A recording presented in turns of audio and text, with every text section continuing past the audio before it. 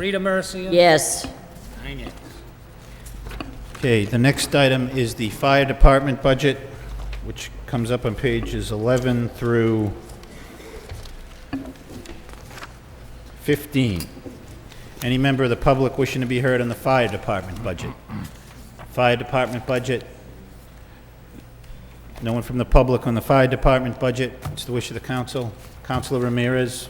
Thank you, Mr. Mayor. Mr. Manager, just as my first budget is a academic exercise, I see that a number of folks have $1 in last year's and then 6,141. What does that mean? Positions with filled. The fire chief's here. Chief DeRoches. Mr. Mayor and councilors, yes, that position was actually not filled last year, and this year's filled with that SAFER grant that we had. That's why that's the percentage of that salary that the city is responsible for.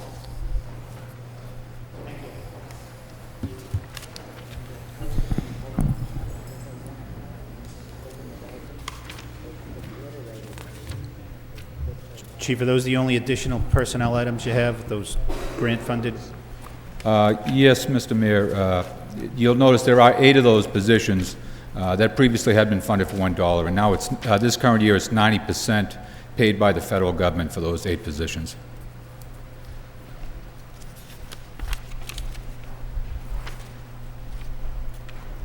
Councilor Elliott. Thank you, Mr. Mayor. Chief, can you tell me some of these line items? For instance, apparatus detail pay, $35,000. Hazmat compensation,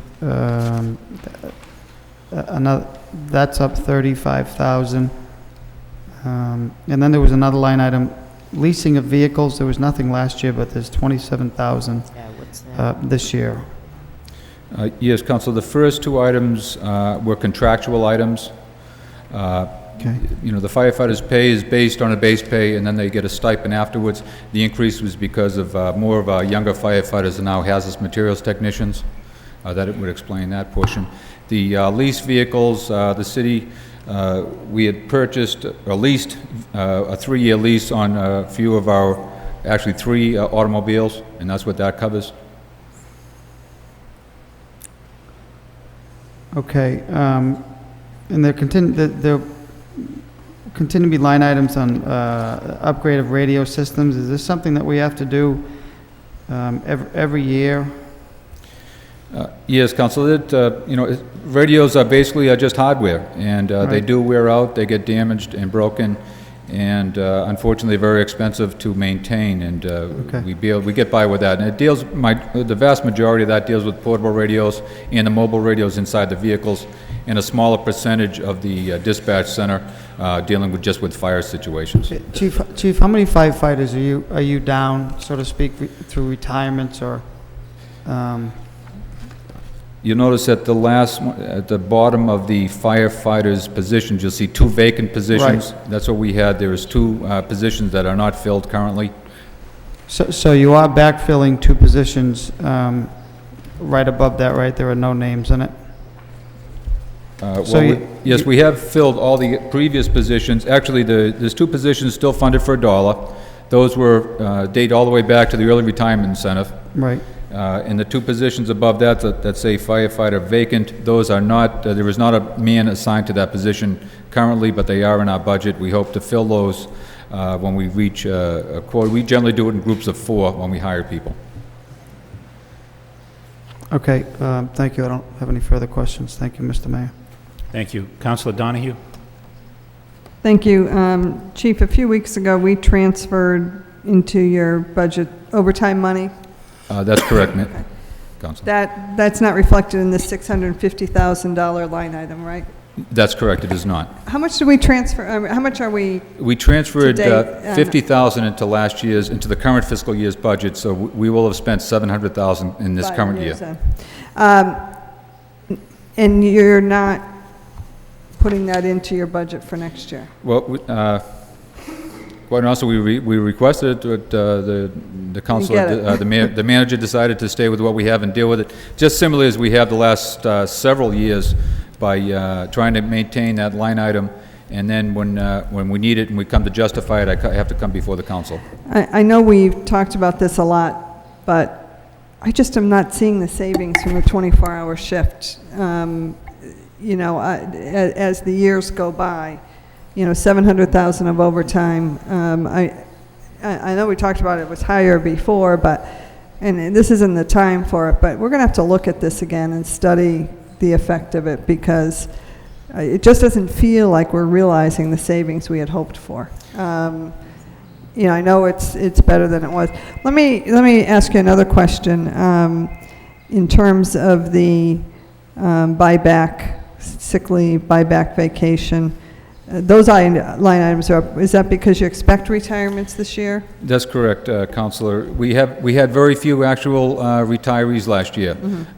We expect to have a very big year in retirees this coming year. How many do you think you'll have? Well,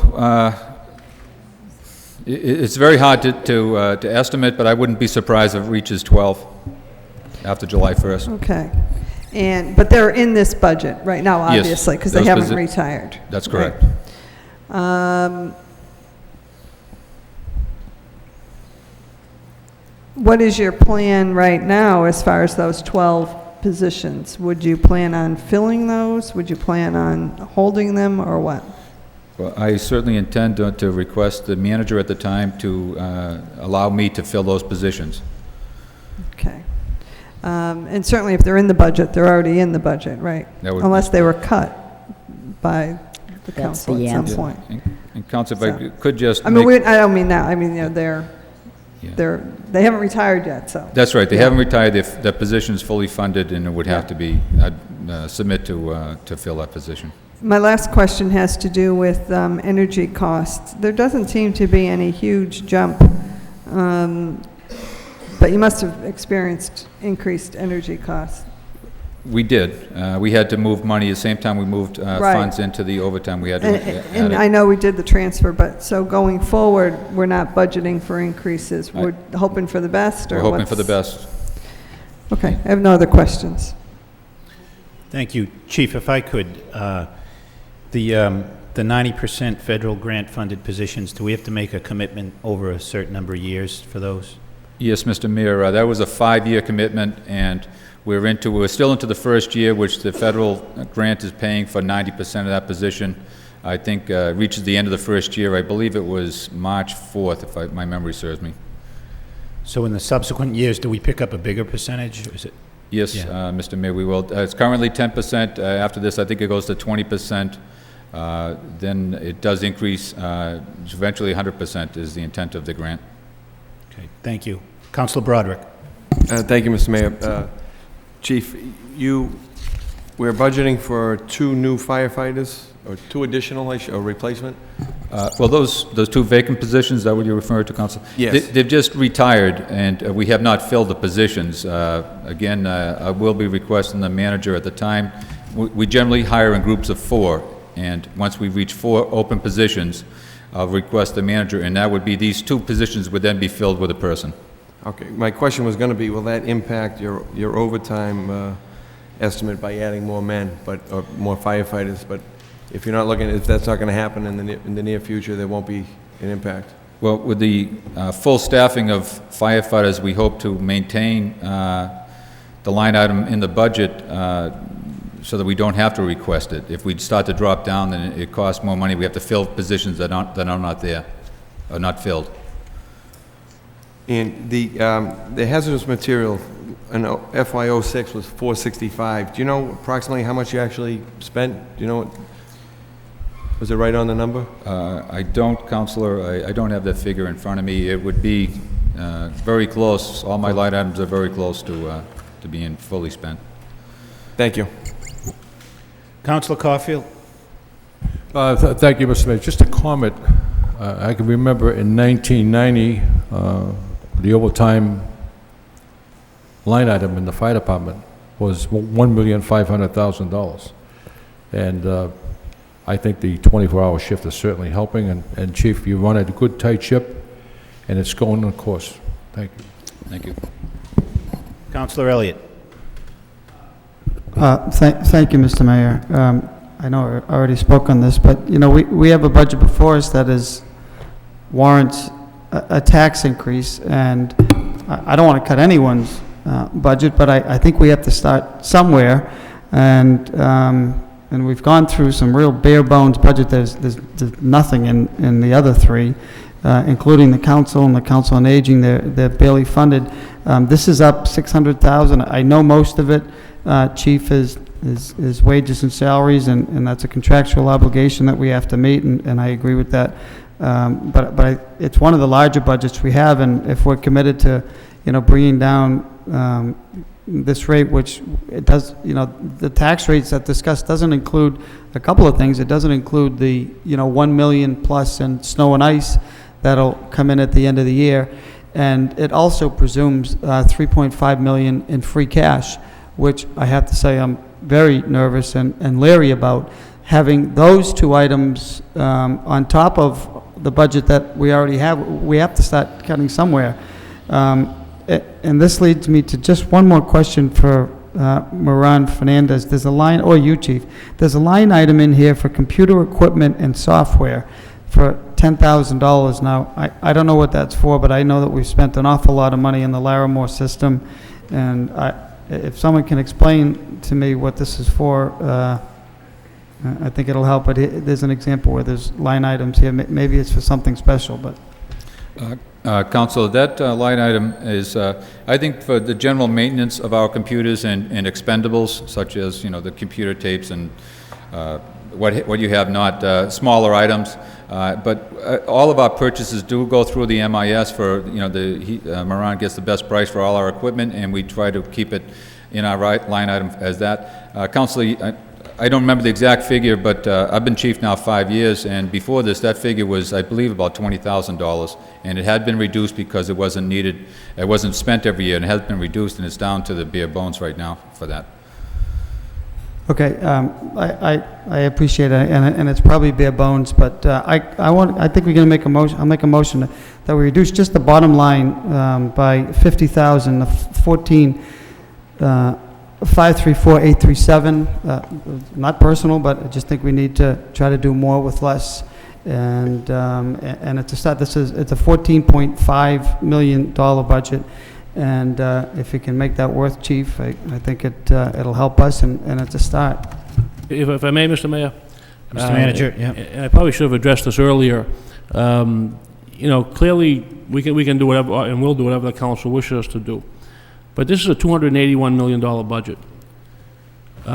You look at the fire department budget, which is up $600,000 on a $14 million budget.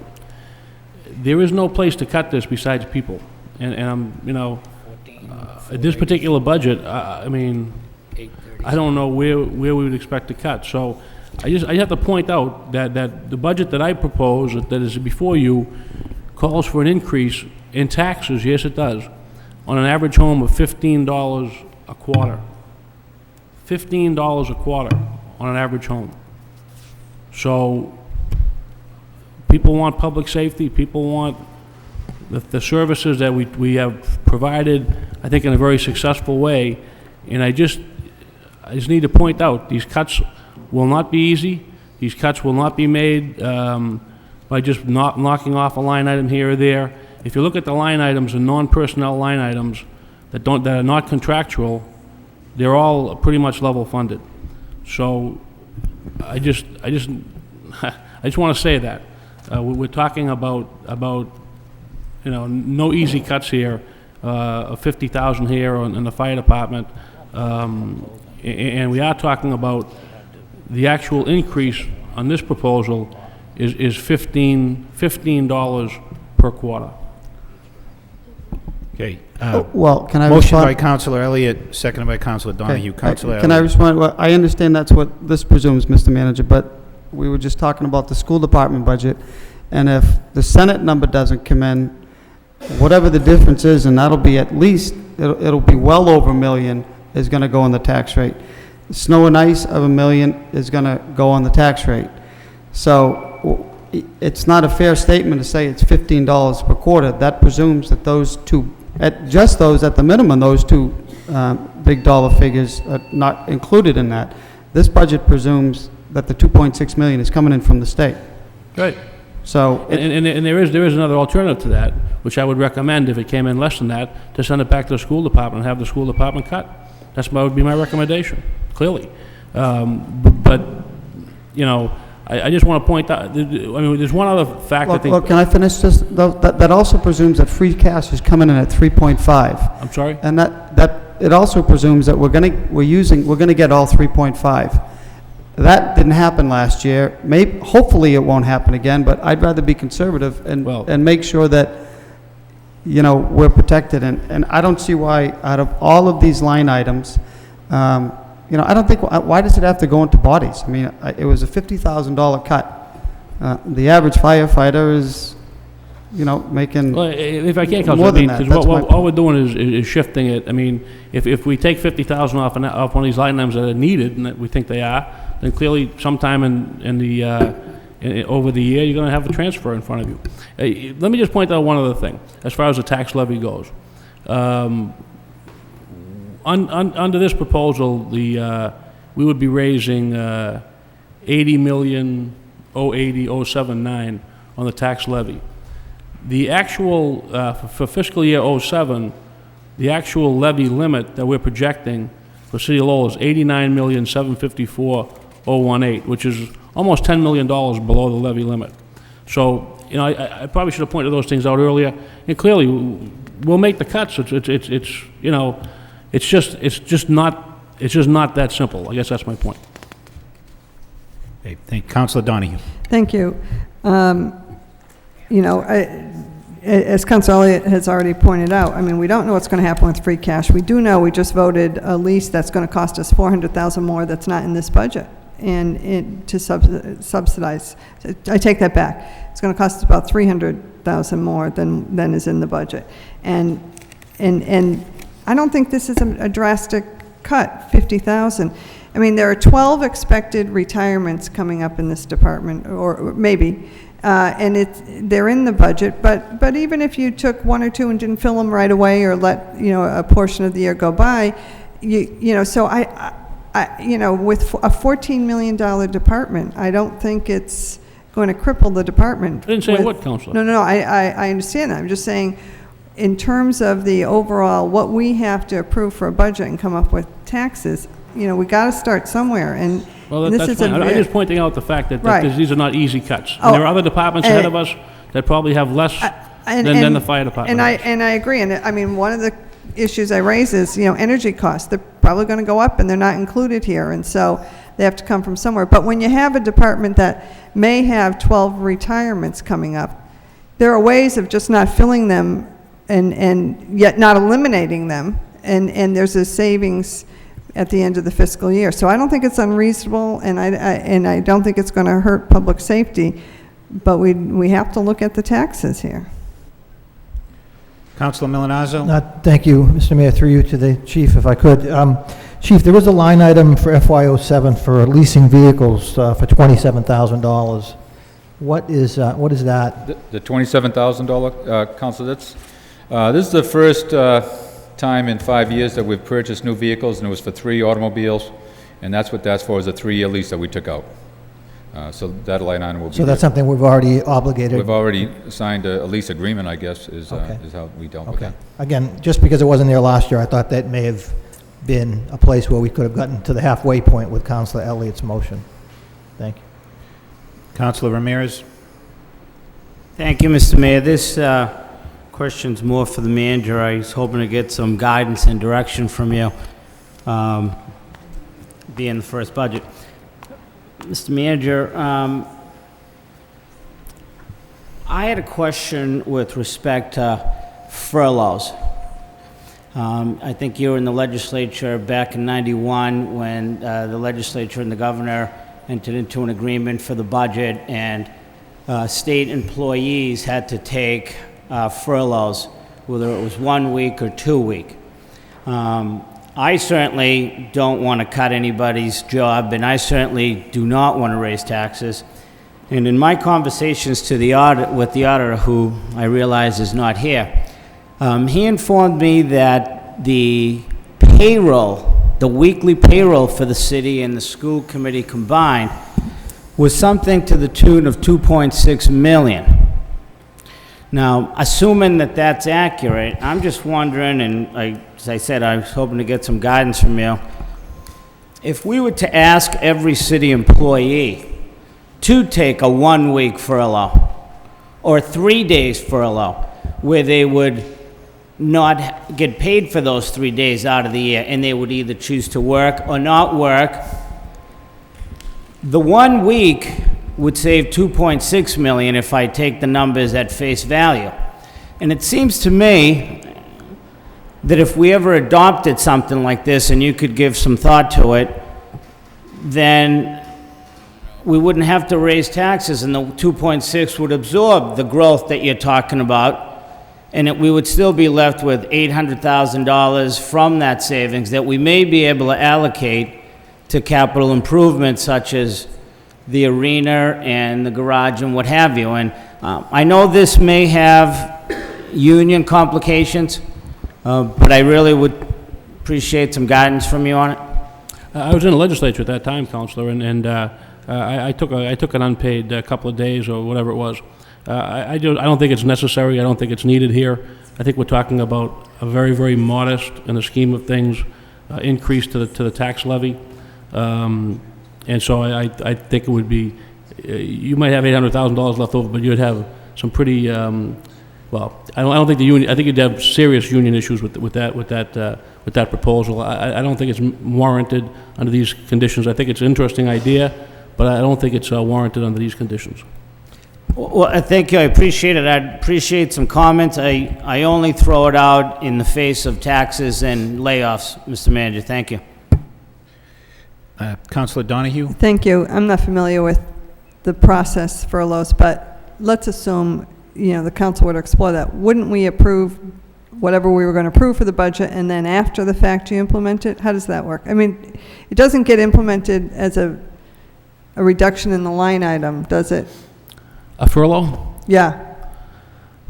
I have no idea how that would work. Yeah, I mean, it's an interesting idea. I don't know when it comes into play. In other words, let's say you approve a budget of X amount of dollars, then does a furlough get implemented after the fact, or do you have to reduce it by, I would think that you would need, before you did anything, approval from the unions, which Well, yes, yeah. I mean, that would be... I think would be difficult. I'm sure you could get that by tomorrow. No, I couldn't. So, Not what I asked for it. yeah. Maybe the solicitor, I'm just curious. I don't know when it is that, I mean, without You'd approve the discussing budget. the merits, I'm just curious as to when it would be implemented. Right, it wouldn't necessarily be the easiest thing, and it wouldn't necessarily, it potentially could create a problem in the sense that if there ultimately wasn't agreement with the unions, but procedurally in terms of how it would end up working, one possibility may be that if there was a bottom line cut to the budget, that it would be incumbent upon the manager to then make certain cuts to that budget and bring it back. In order to proceed with a furlough situation, the manager would also have to immediately notify the unions and immediately begin some sort of impact bargaining. And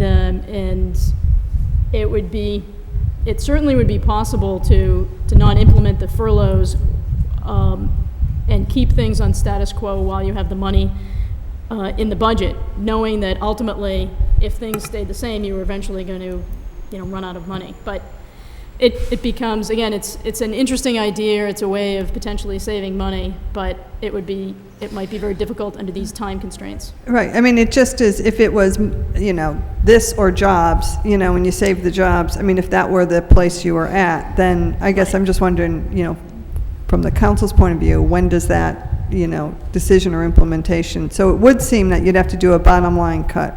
If there was And then the manager would have to go back to the union and say, I either got to cut jobs or here's another idea, go Right. back to your membership. The manager and the superintendent of schools, I guess, Right. would have to go back to the unions and try to begin working on that. And of course, there would be some other, Kathy Tierney might be able to speak to some of the downsides that you might experience in terms of, if it would end up triggering other types of benefits that that somebody might be entitled to. Right, retirement and things like that. Unemployment or something along those lines. Well, But it's, again, it's a interesting idea. Councilor Broderick? Thank you, Mr. Mayor. Chief, in light of the motion to cut $50,000 off the line, the bottom line here, I asked you a question about the 2 vacant positions that are budgeted to be filled, Yes, and you mentioned that you try to do them in groups of 4. that's correct. If we only have 2, would it make sense maybe to fund one of those for $1 again, in light of the fact that we're not going to be able to get 4 till, I assume, next year?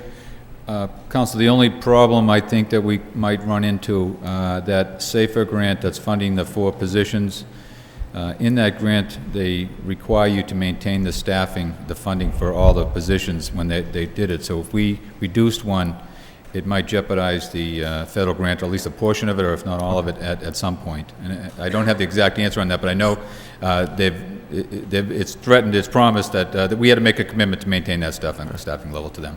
So there's a catch. There is a catch to it. Okay, anything further? There is a motion to, Counselor, is that a motion to approve the bottom line reduced by 50,000, or just the 50,000 cut? Okay, motion to approve a bottom line for this department of $14,484,837, which is a reduction of $50,000 from what's proposed. Roll call, please. Councilor Milonazo, Yes. Councilor Ramirez, Yes. Councilor Broderick, Yes. Councilor Caulfield. No. Cut 50,000 cut, yes. Councilor Donahue. yes. Councilor Elliott, Yes. Mayor Martin. Yes. Councilor Armin Mercia. Councilor Rita Mercia. No. 6 yeas, 3 nays, motion passes.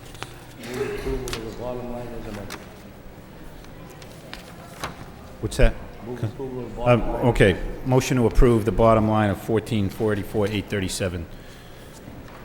You did. Oh. Okay. Motion to approve by Councilor Rita Mercer, second by Councilor Donahue. Roll call, please. Councilor Milonazo. Yes. Councilor Ramirez. Councilor Broderick. Yes. Councilor Caulfield. Yes. Councilor Donahue. Yes. Councilor Elliott. Yes. Mayor Martin. Yes. Councilor Armin Mercia. Yes. Councilor Rita Mercia. Yes. Okay, the next item is the Health Department, which begins on page 16. Any member of the general public or employee wishing to be heard on the Health Department budget? Anyone on the Health Department budget? What's the wish of the council? Councilor Armin Mercier? Thank you, Mr. Mayor. I have a question on page 17.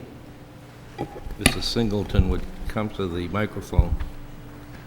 There is a new position. Is he here? He's here to the, Oh.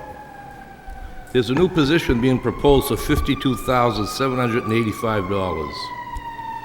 How, is that an ordinance that was approved by the council? Counsel, you talking the nurse coordinator position by any chance? I can't hear what this says. A public health nurse manager? Hold on. I believe the technical term is BRTs, big red trucks, so I mean, Pardon me? All right. You are proposing in this budget a public health nurse manager, clinics, which is vacant. That's correct. But then in parentheses, you say new position. Is that a position that has been approved by ordinance by the council? The ordinance would be approved by the action of this budget. There's a budget ordinance prepared, as I understand it, for any new positions or changes in Oh, I positions. see. Okay. Can you elaborate on why this position is needed?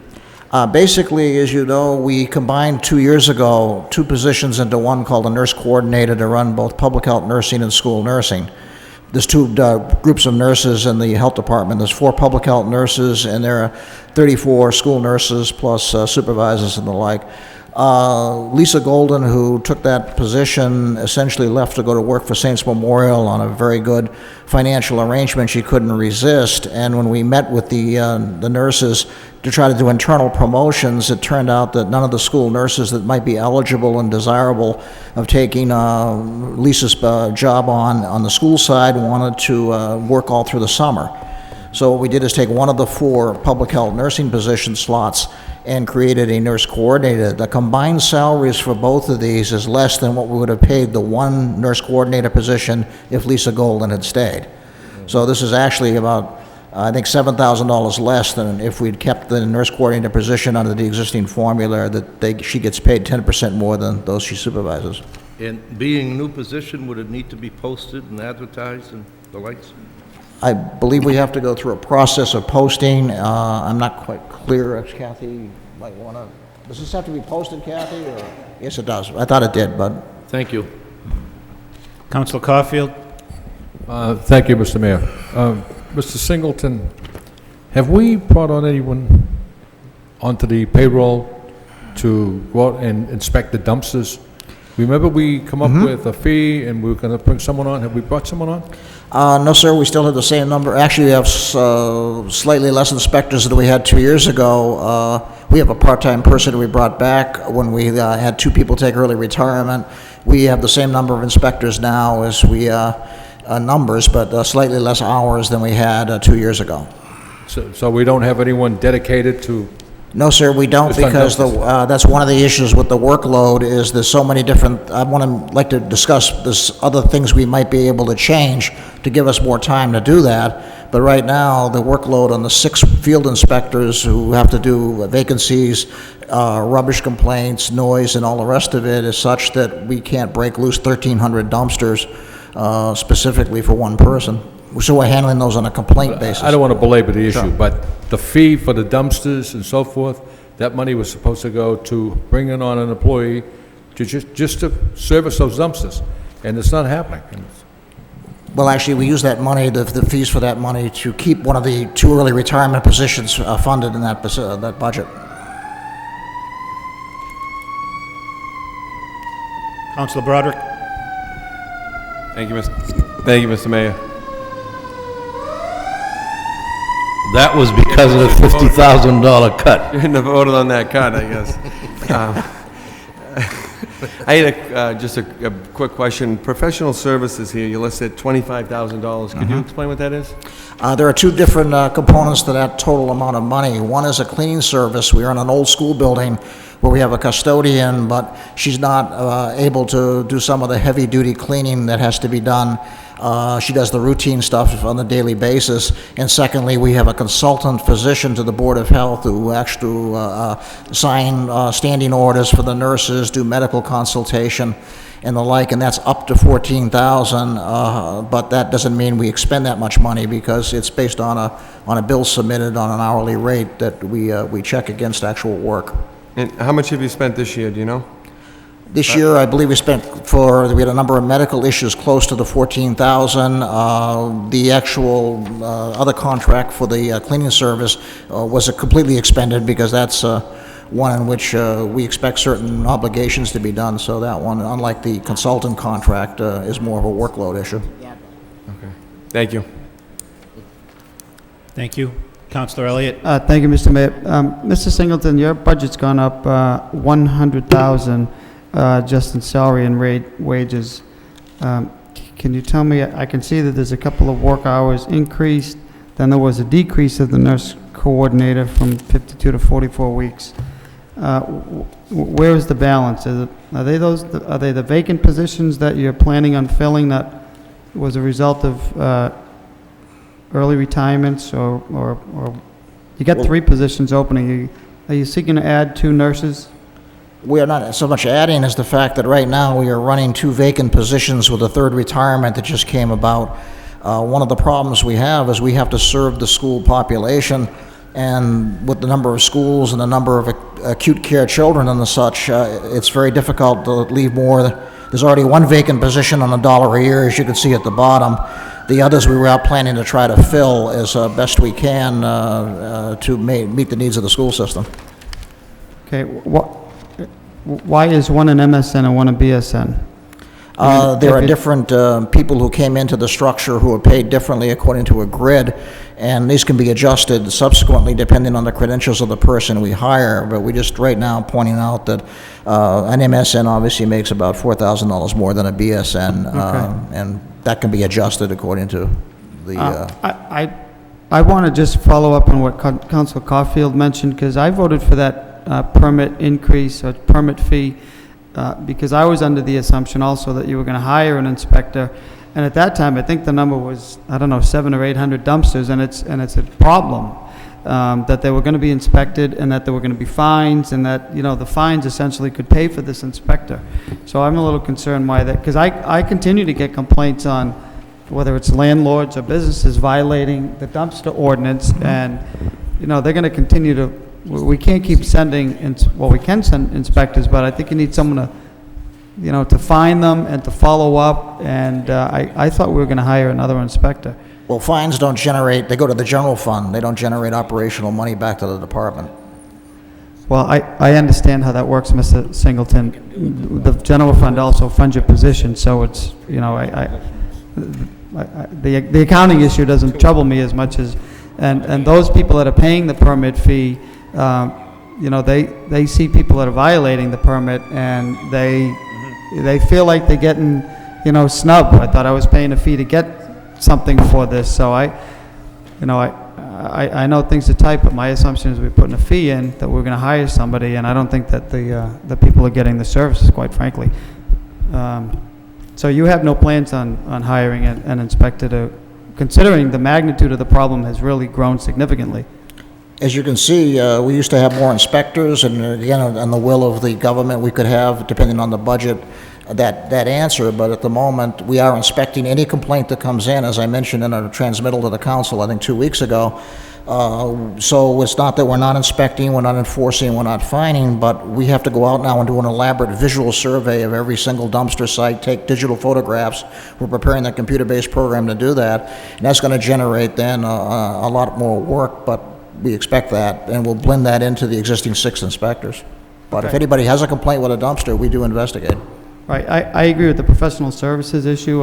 We got to cut somewhere. I mean, we can sit here and say there's nowhere to cut, and I understand that's your role. But I make a motion that we, you know, reduce the bottom line by $5,000 for this particular line item. Motion to reduce the bottom line by $5,000 by Councilor Elliott, seconded by Councilor Donahue. Roll call, please. Councilor Milonazo, No. Councilor Ramirez, Yes. Councilor Broderick, Yes. Councilor Caulfield. No. Councilor Donahue. Yes. Councilor Elliott. Yes? Mayor Martin. Yes. Councilor Armin Mercia. Yes. Councilor Rita Mercia. No. 6 yeas, 3 nays. The motion is defeated, passes.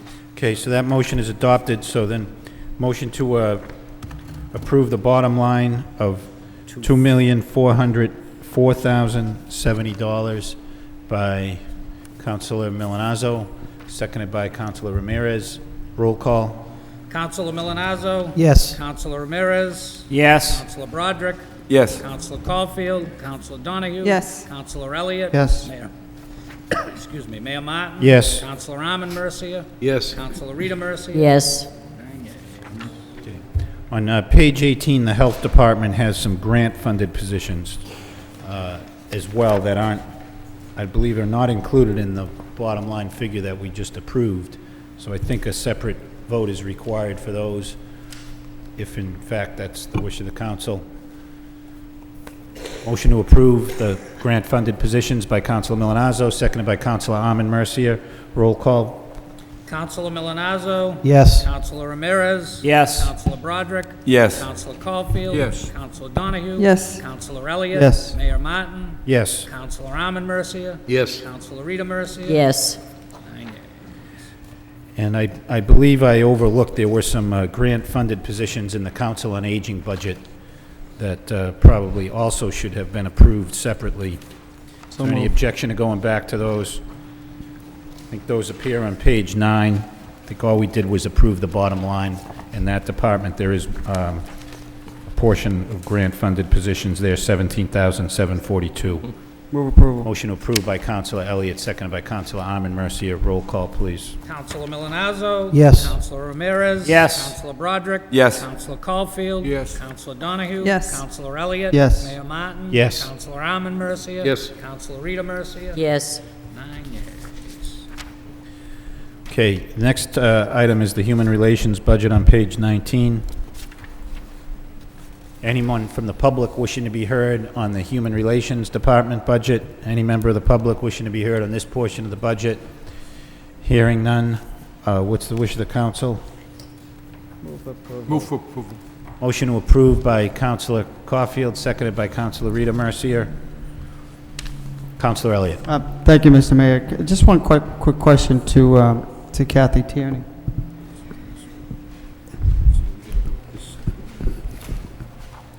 This is a good thing.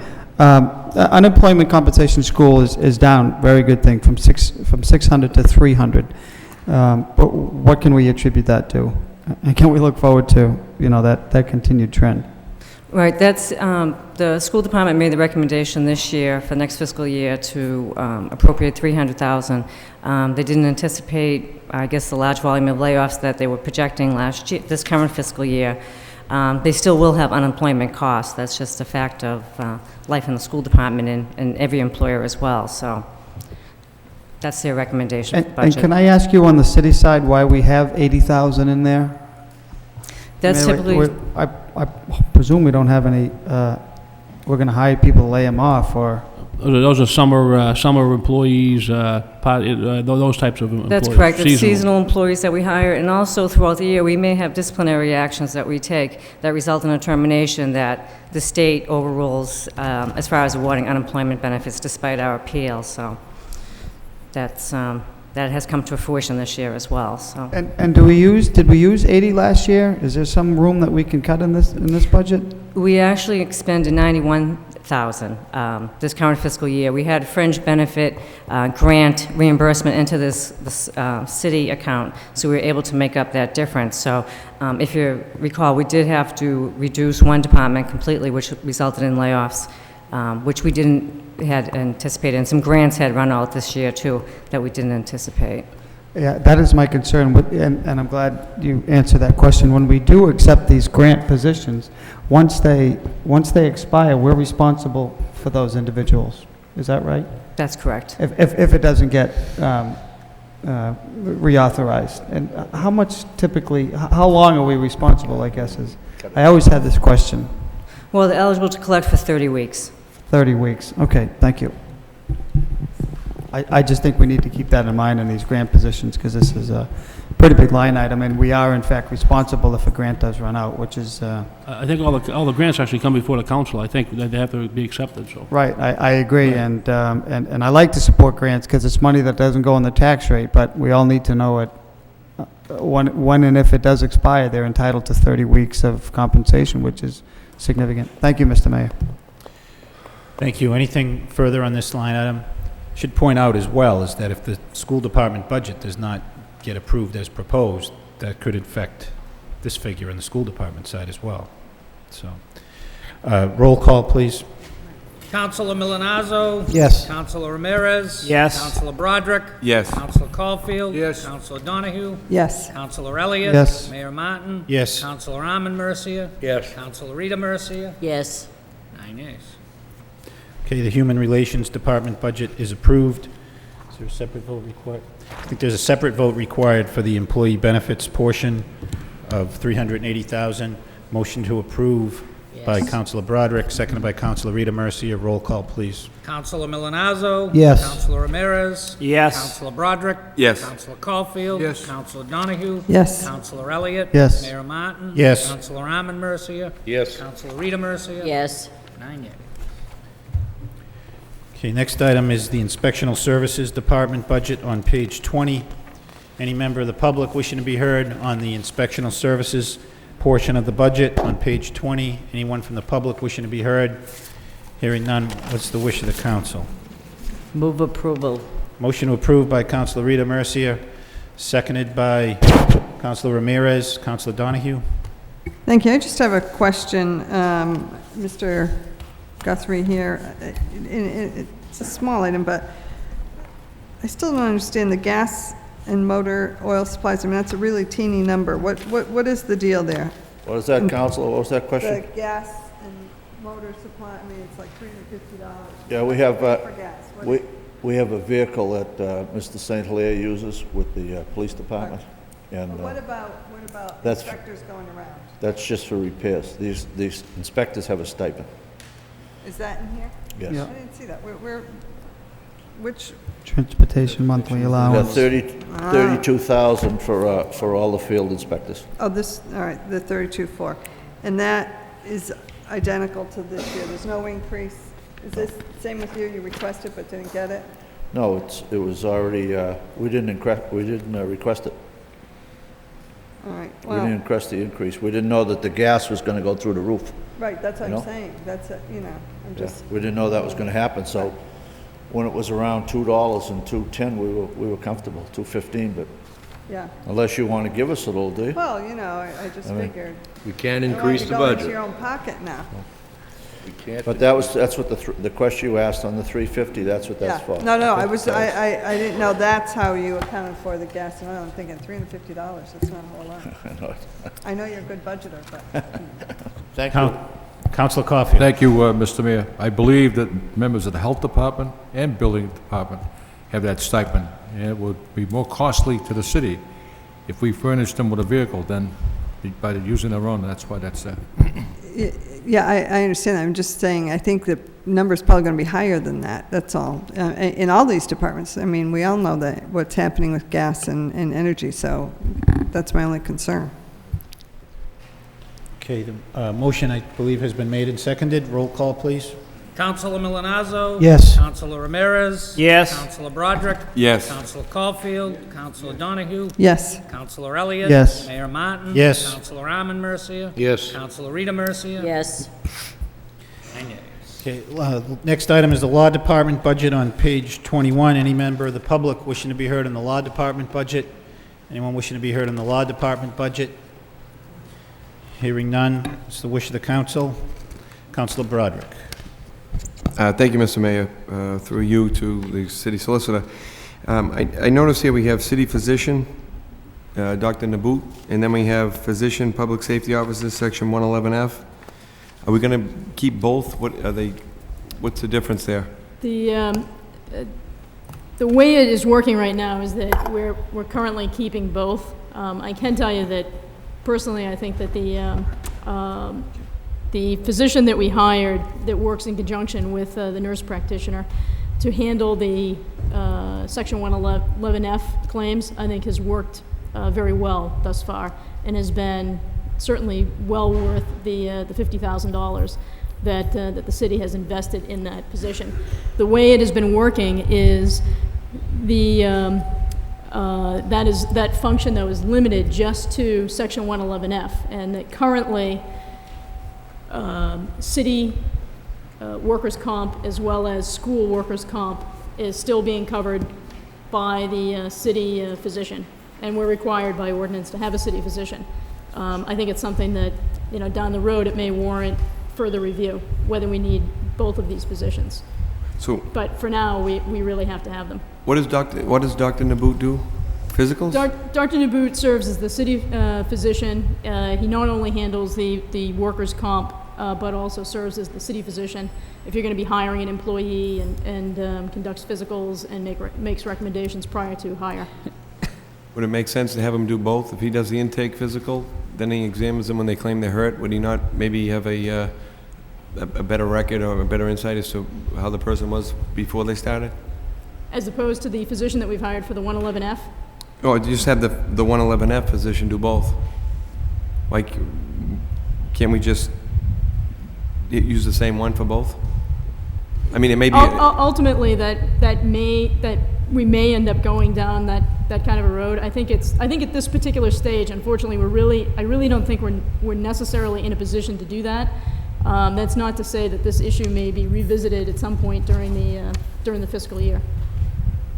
The temporary salaries, those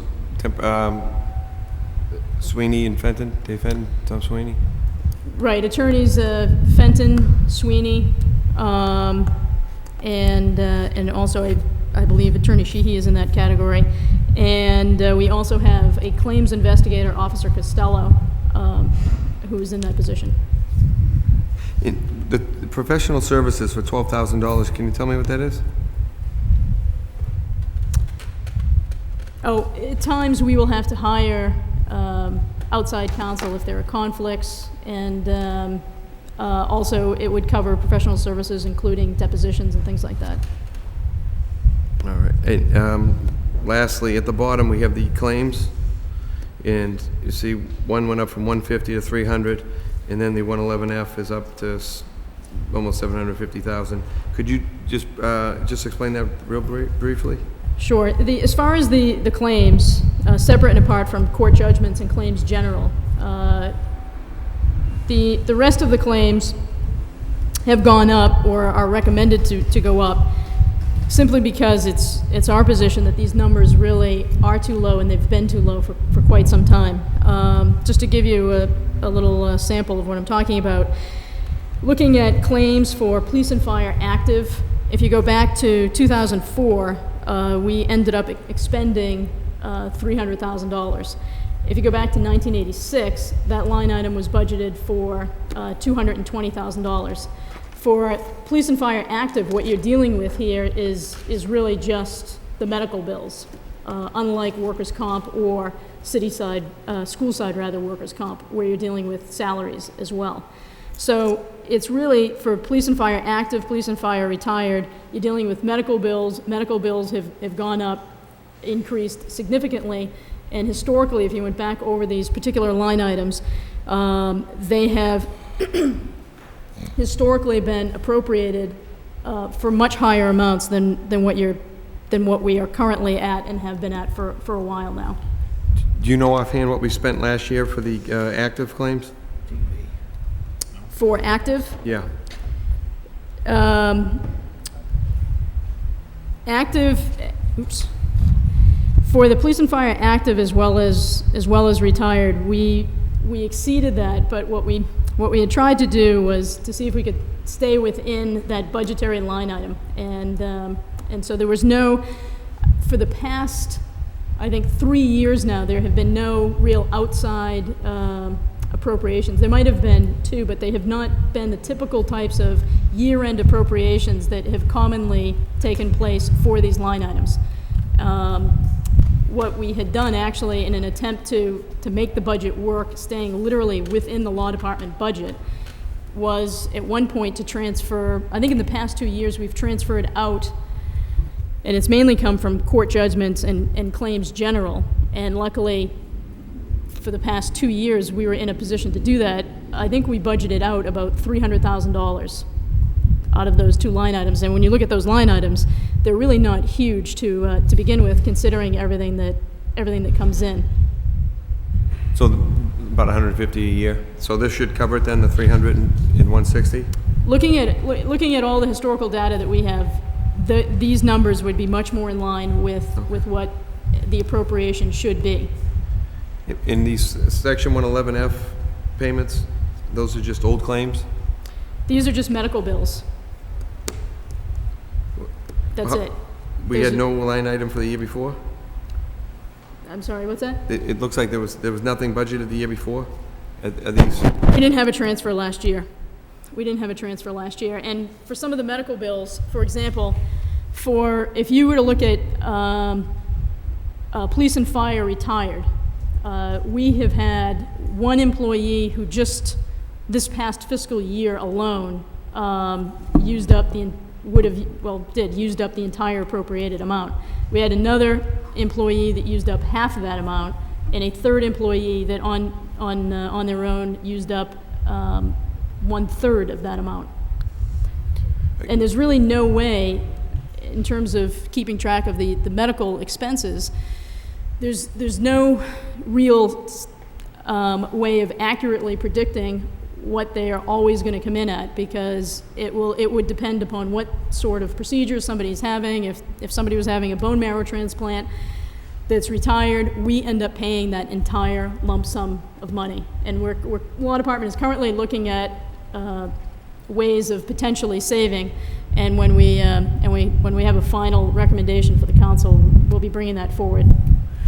I guess my question would be this, if we put a 0 last year and this number, 747 plus this year, what's a realistic number? I mean, is there an average, or is this payment of old stuff? No, this has never been in the budget before. This was something that I had discussed with the manager. We had this deficit from medical bills, and that's the entire lump sum is medical bills for all of these categories. And when I spoke to the manager about it, I have to say that the pharmacists that have, and the medical providers, physical therapists and people like that, have been incredibly generous with the city in terms of giving us the amount of time needed to pay this bill. But this outstanding sum represents just medical bills as well as medical services that were provided. So this would be more of a one-time This would be a one-time payment, if you will? Yeah.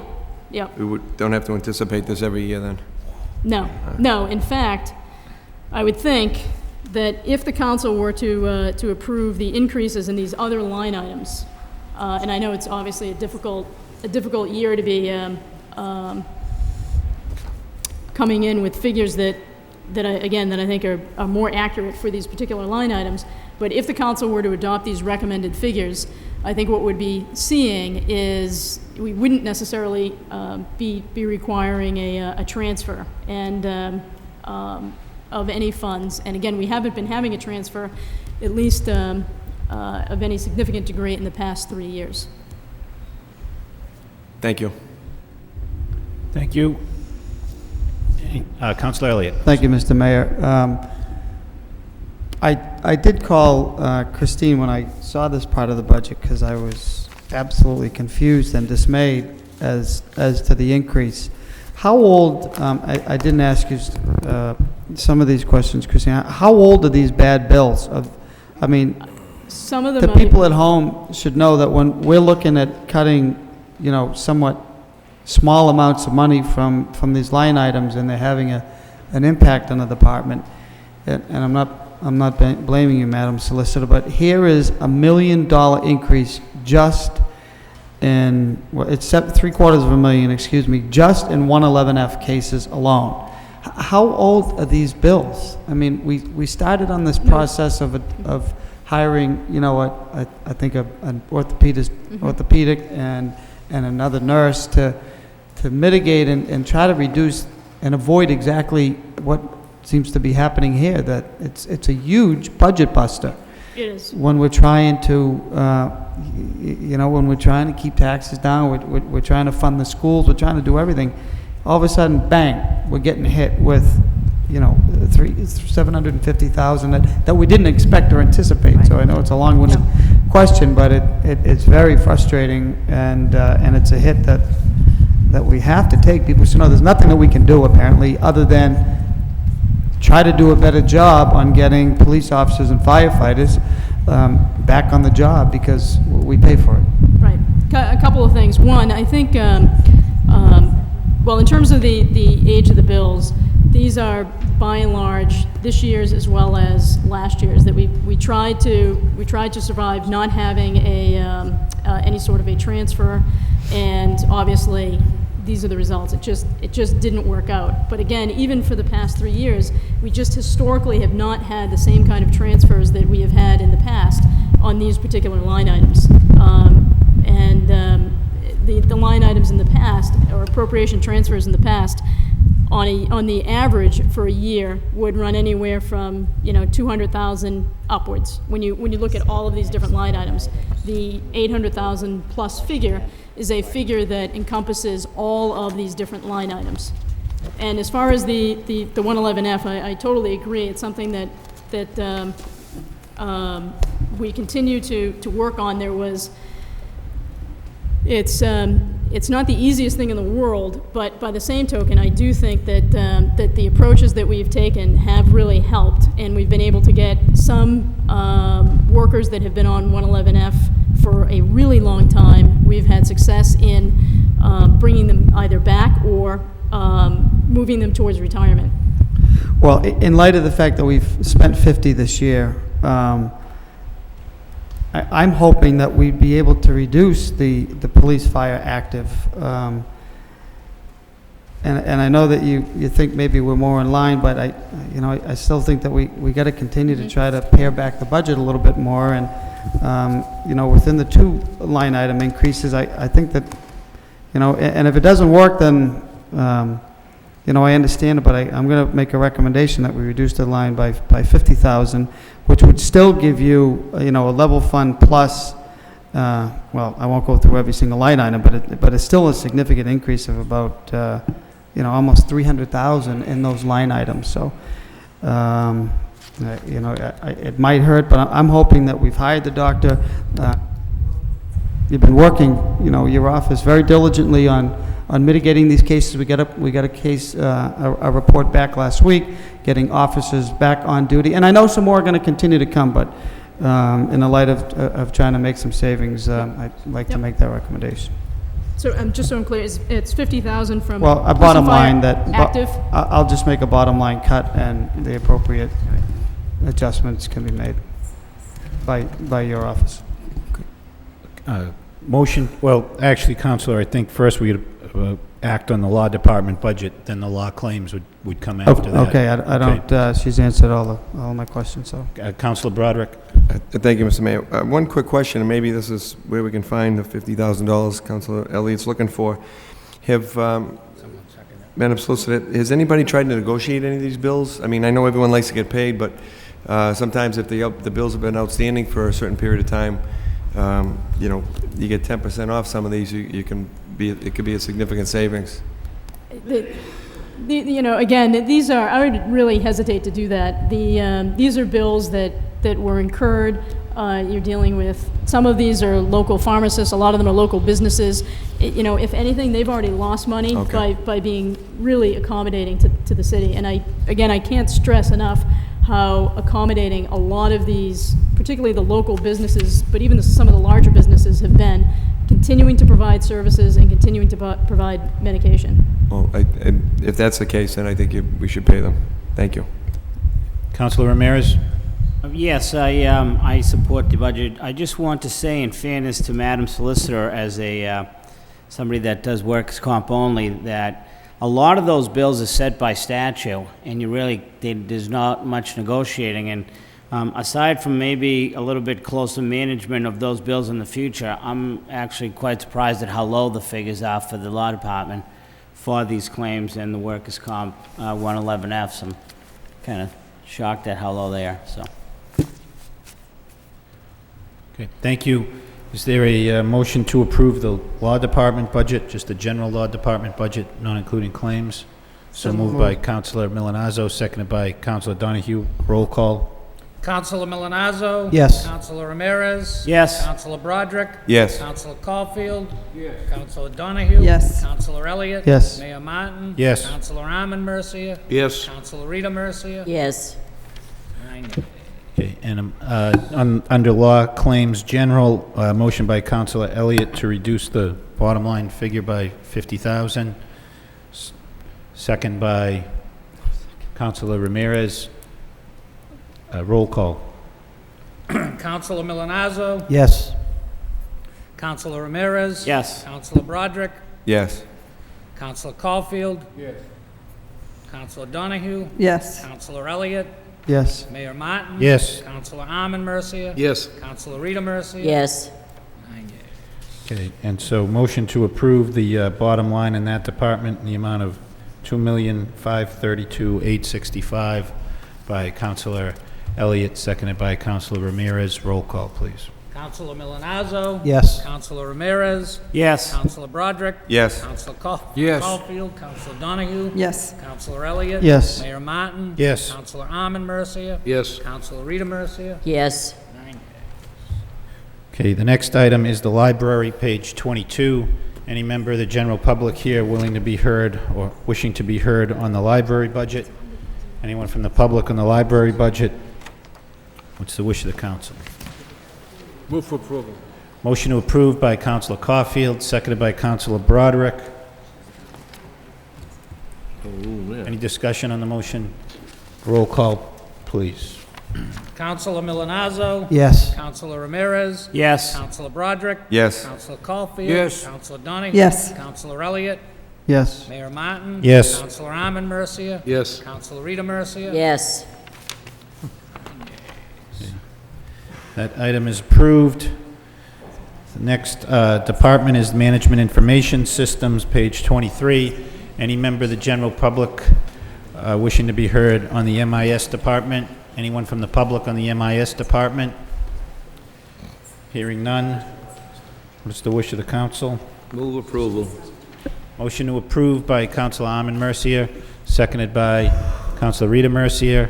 Councilor Elliott. Thank you, Mr. Mayor. Through to you to Mr. Fernandez. The line item's gone up from 25 to 35,000 in overtime. Can you tell me why that is? 607, 8. Yes, Councilor. One of the fundamental items that we try to maintain in MIS is keeping all the systems functional during the business day.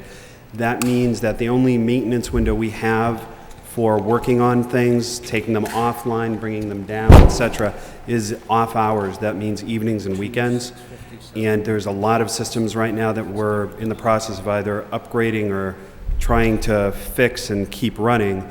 And they require folks to, plus we've also had a large increase in data, which requires a lot of backup time, which further reduces our maintenance windows. So we have folks coming in the evenings, coming in the weekends to make sure that everything is functional for the business day. Okay. And there's 23,000 for employee training. What is that for? I thought we did all our in-house training. Well, actually the employee training takes many different forms. It includes on-site training here for things like Munis, like we did this year.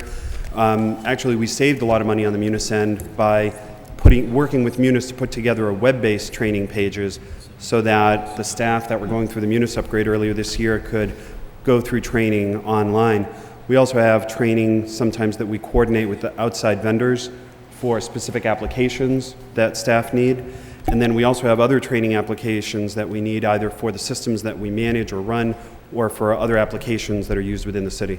And that wouldn't be covered under licensing and support? I mean, that went up 25,000 from, 456,000. What do we get for that? That includes all the software in the city. That includes Munis, that includes Larimore, that includes all the software that are on the desktops.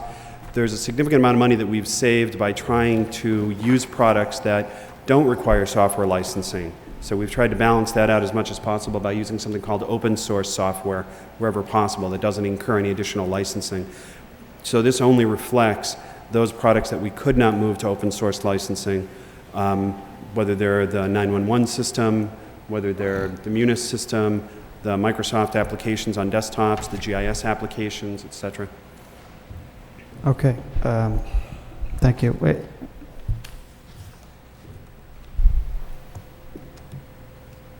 Anything further? Can I just ask one more question, Yep. Mr. Mayor? Councilor Elliott. Mr. Fernandez, you have two new positions in here.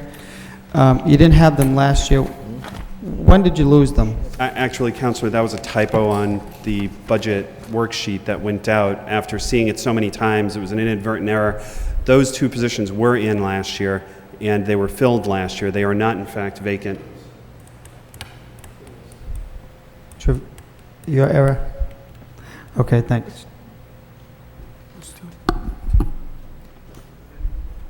Roll call. Motion to approve? Yep. Councilor Armin Mercier, seconded by Councilor Rita Mercier. Motion to approve the bottom line. Roll call. Councilor Milonazo. Yes. Councilor Ramirez. Yes. Councilor Broderick. Yes. Councilor Caulfield. Yes. Councilor Donahue. Yes. Councilor Elliott. Yes. Mayor Martin. Yes. Councilor Armin Mercia. Yes. Councilor Rita Mercia. Yes. 9 yeas. Okay, next item is city manager budget on page 24. Any member of the public wishing to be heard on the city manager's budget? Any member of the public on the city manager's budget? Hearing none, it's the wish of the council. Move. Move for Councilor Caulfield. Move for approval. Motion to approve by Councilor Caulfield, seconded by Councilor Ramirez. Councilor Elliott. Mr. Manager, out-of-state travel is again funded at $7,500. I don't recall you ever going out of state. Do we need that much? I mean, I know you're going to say yes, so I don't know why I asked that question. No, but I'm not necessarily saying yes. I mean, I haven't been out of state in 6 years, so I certainly haven't used it. I don't, do we use that for other people, Jimmy? I guess that's used for per diem. It's not really going on trips or anything. It's more per diem things for some of the other departments. Can you tell me what miscellaneous charges are for $25,000? That's just a number that's been in the thing. What's that for, Jimmy? Do you know? Miscellaneous stuff? That's a good answer. For, miscellaneous stuff. It's miscellaneous. That's good. Okay. Okay, in line with how I think we should be doing, I want to recommend a $25,000 reduction in this budget. I had one more question on the professional services, Mr. Manager, too, and $8,000. Wondering what that, Miscellaneous stuff. is a separate line. It can't be miscellaneous charges, so. These items are used for things that come up in the course of the year. I mean, obviously, we don't have any specific professional services that we use, but clearly, if things come up during the course of the year, that's what we would use Okay. that for. That's my motion, Mr. Mayor, to try to pare back a little bit. And What's the motion? the motion was to reduce the line item by $25,000. Second. The bottom line figure, or just that one line item for? Bottom line. No, just the bottom line. Bottom line figure. All right, motion to reduce the bottom line figure by $25,000 by Councilor Elliott, seconded by Councilor Armin Mercia. Councilor Broderick.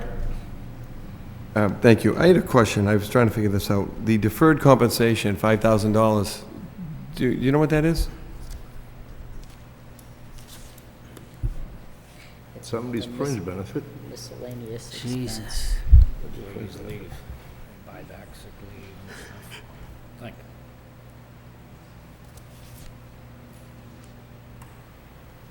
At the manager's bonus on the way out? Yeah, right. these people that we Well, I can see we're cutting it by 30 if we can't figure. people retired. Minus 30. I have to cut I don't know, Council. I mean, you know, Okay. I think it's a line item that's been there all the way through. We just keep filling it. I can't tell you, we sit here tonight what it's All for. right. We'll make it 30. That's it. Thank you. Okay, there's a motion to reduce this department by $25,000. Roll call. Councilor Milonazo, Yes. Councilor Ramirez. Yes. Councilor Broderick, Yes. Councilor Caulfield, Councilor Donahue, Councilor Elliott, Yes. Mayor Martin. Yes. Councilor Armin Mercia, Yes. Councilor Rita Mercia. Yes. 7 yeas, 1 nay, 1 absent. Motion passes.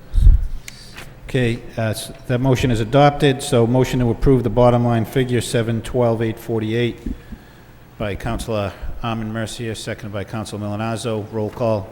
Councilor Milonazo. Yes. Councilor Ramirez, Yes. Councilor Broderick, Yes. Councilor Caulfield, Councilor Donahue, Councilor Elliott, Yes. Mayor Martin, Yes. Councilor Armin Mercia. Yes. Councilor Rita Mercia. Yes. 8 yeas, 1 absent.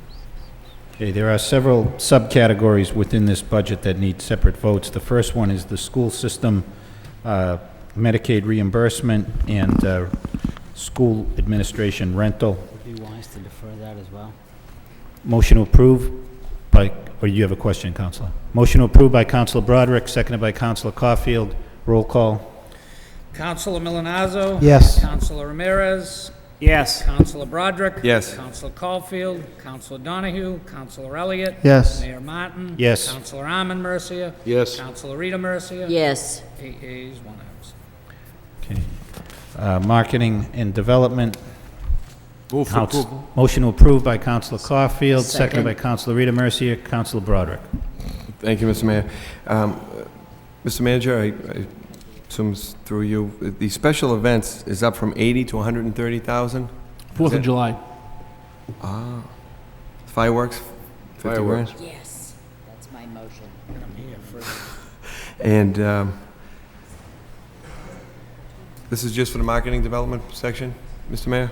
Yes, just the first 5 line items there. Okay. Thank you.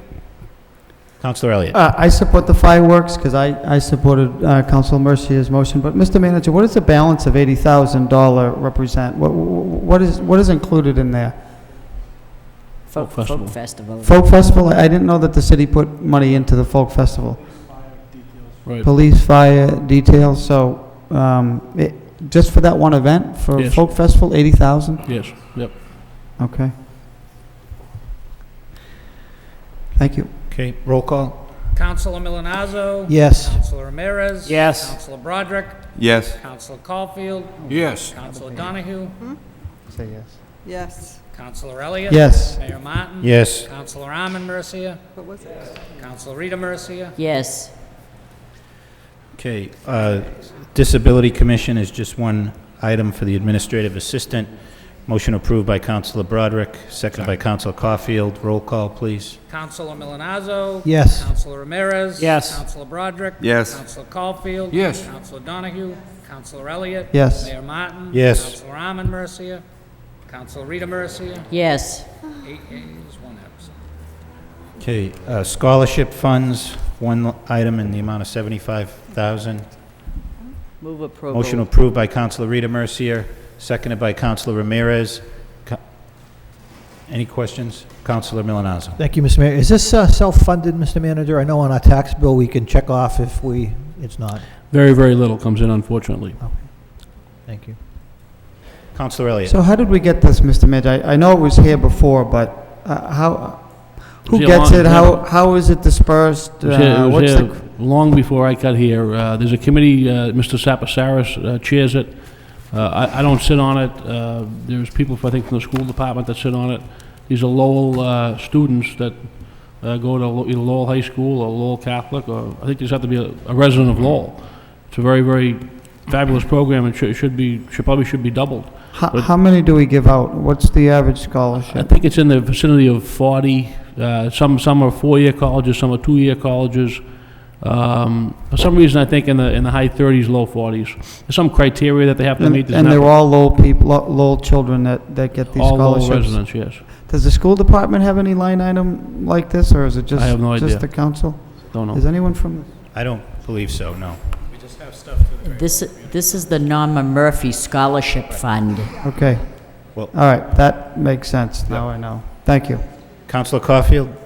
Thank you, Mr. Mayor. This was inserted in the budget back in 1990, I believe, when Lena Gia had promised the city of $75,000 for scholarships. And there were a lot of students in Lowell who attended Lowell High School and some of the popular schools that were depending on that money, and Lena Gia reneged. And we inserted this money into the budget. It's the best thing we've done to help the students in Lowell, Greater Lowell, Lowell Catholic, and so forth. So it's very beneficial to the students who are going off to a higher school of learning. I've attended many of the functions where the recipients are proud to come up on that stage and receive a scholarship. And Mr. Manager, the litany of people, the countless people who work tirelessly behind the scenes to go over all the resumes and so forth. So it's well-deserved and it's well spent. Thank you. Councilor, that's my memory as well, that this was money put up by Leonard Gia, which I believe doesn't come in anymore. Is that correct? Mr. Manager? Does not. Does not. Okay. Can we make an effort to go back to them? I mean, The plant Gone? closed, the plant, They're not yeah. paying their taxes, so I don't think they're gonna give us the 75. They're not paying their Well, I taxes? shouldn't say that. Did I say that? okay. Thanks. Okay, roll call. Councilor Milonazo. Yes. Councilor Ramirez. Councilor Broderick. Yes. Councilor Caulfield. Yes. Councilor Donahue. Yes. Councilor Elliott. Yes. Mayor Martin. Yes. Councilor Armin Mercia. Yes. Councilor Rita Mercia. Yes. Okay, next, Manager's Contingency Fund. Questions? Counselor Elliott. Thank you, Mr. Mayor. Mr. Manager, how much did we, I don't recall a lot of transfers out of this fund this year. We have about 100 left, Counselor. There's about 100 left? I believe so, Okay. yeah. Not for I'm going to make a motion that we cut this in half. Fine with me. Yeah. I didn't think you were going to object to that. But I just think, whoever's next is going to have to realize that, you know what, we're funding cultural development, which I think is a good idea. And if there's 100 left, and I didn't recall seeing a lot of things, but, we're just going to have to live with what's in there. And maybe it's drastic, but I think we have to continue to try to, work to pare this back and live within our means. So that's my motion. If I may... I mean, if the new manager doesn't know it's there, he's not going to miss it. So, sort of my point. Be surprised.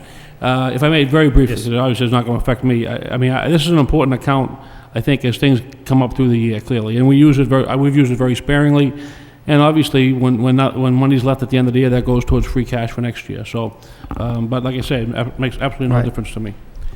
Okay, motion to reduce by 200,000 by Council Elliott. Second? No, I'd say 100,000. Motion to, Yeah. well, is there a second fine. on the motion to reduce by 200? No, I'll withdraw the motion. Okay. Motion to reduce by 100,000. 100,000 by Councilor Rita Mercier, second by Councilor Caulfield. Councilor Donahue. Thank you. I won't support this just because it's for unforeseen things. I mean, we don't know what would happen, and what's happened, sometimes it isn't used, which is great.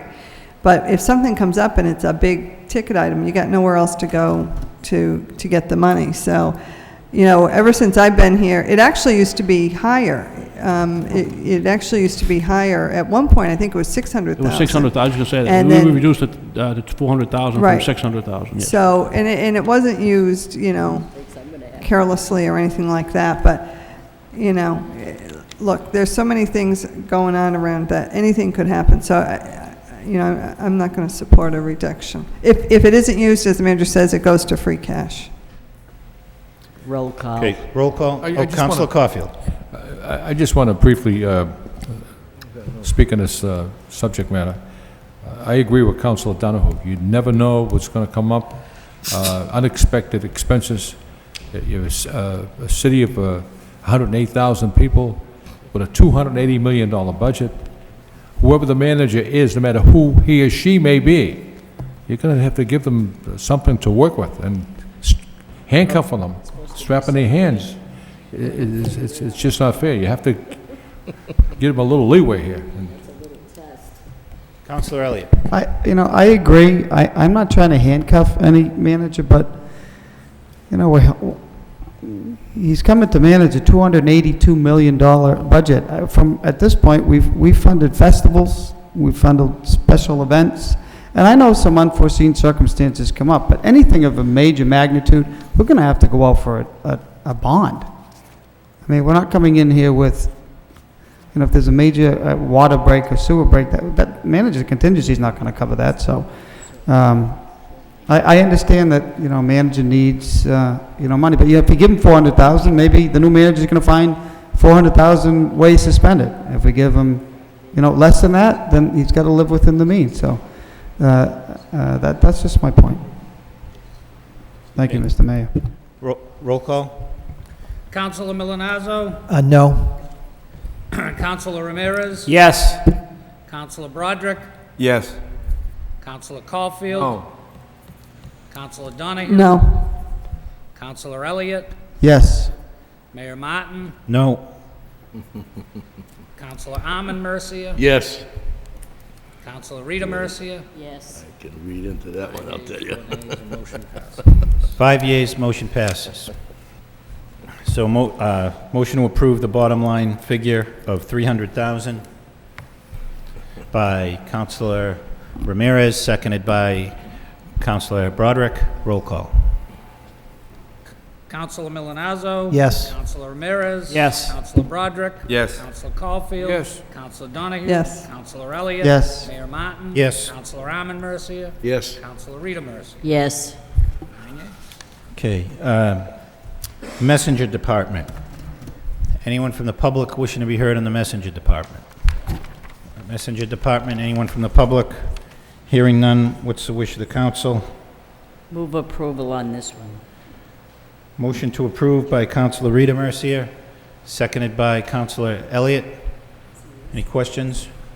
Roll call. Councilor Milonazo. Yes. Councilor Ramirez. Yes. Councilor Broderick. Yes. Councilor Caulfield. Yes. Councilor Donahue. Yes. Councilor Elliott. Yes. Mayor Martin. Yes. Councilor Arman Mercia. Yes. Councilor Rita Mercia. Yes.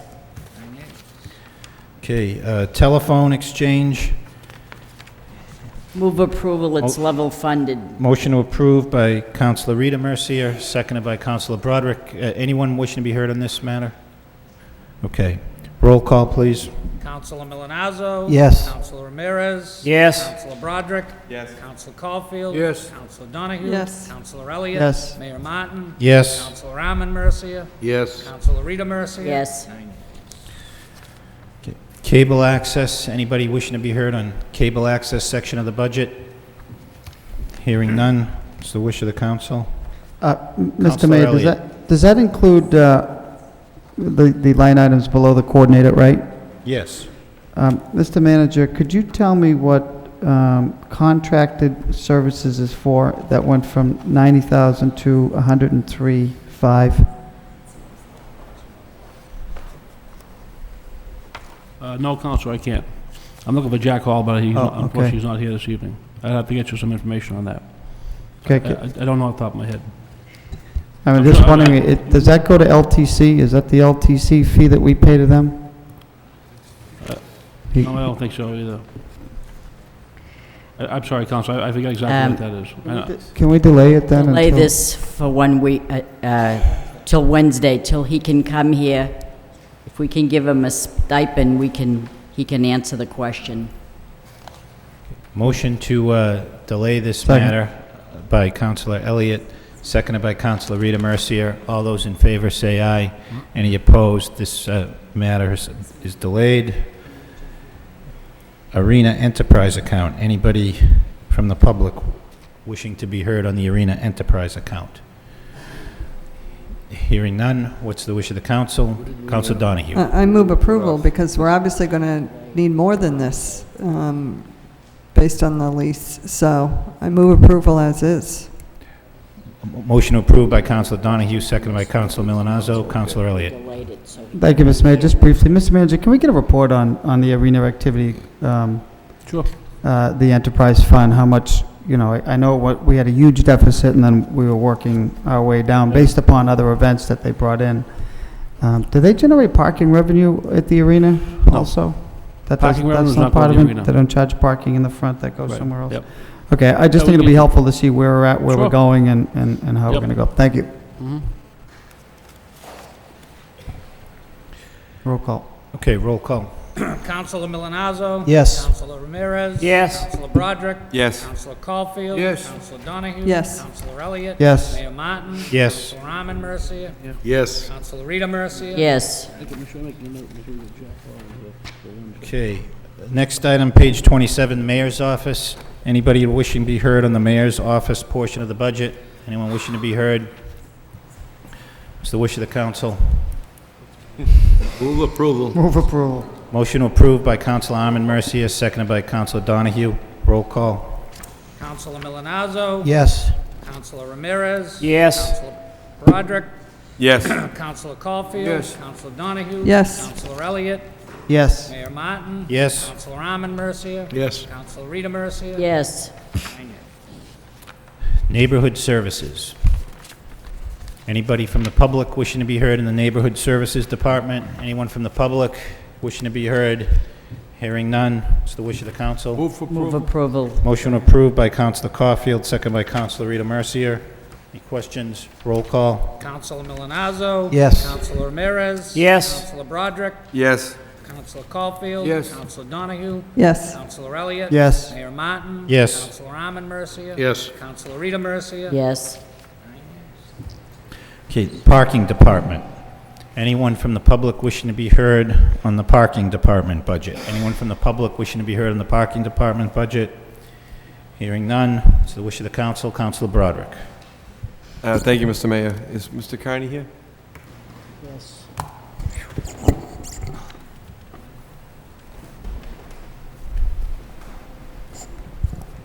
Good evening, Mr. Carney. I noticed security, it's up $50,000 from 680 to 730. Is there a particular reason for that? We actually have two things happening within the Parking Department Council this year, or fiscal '07. Some of it has started.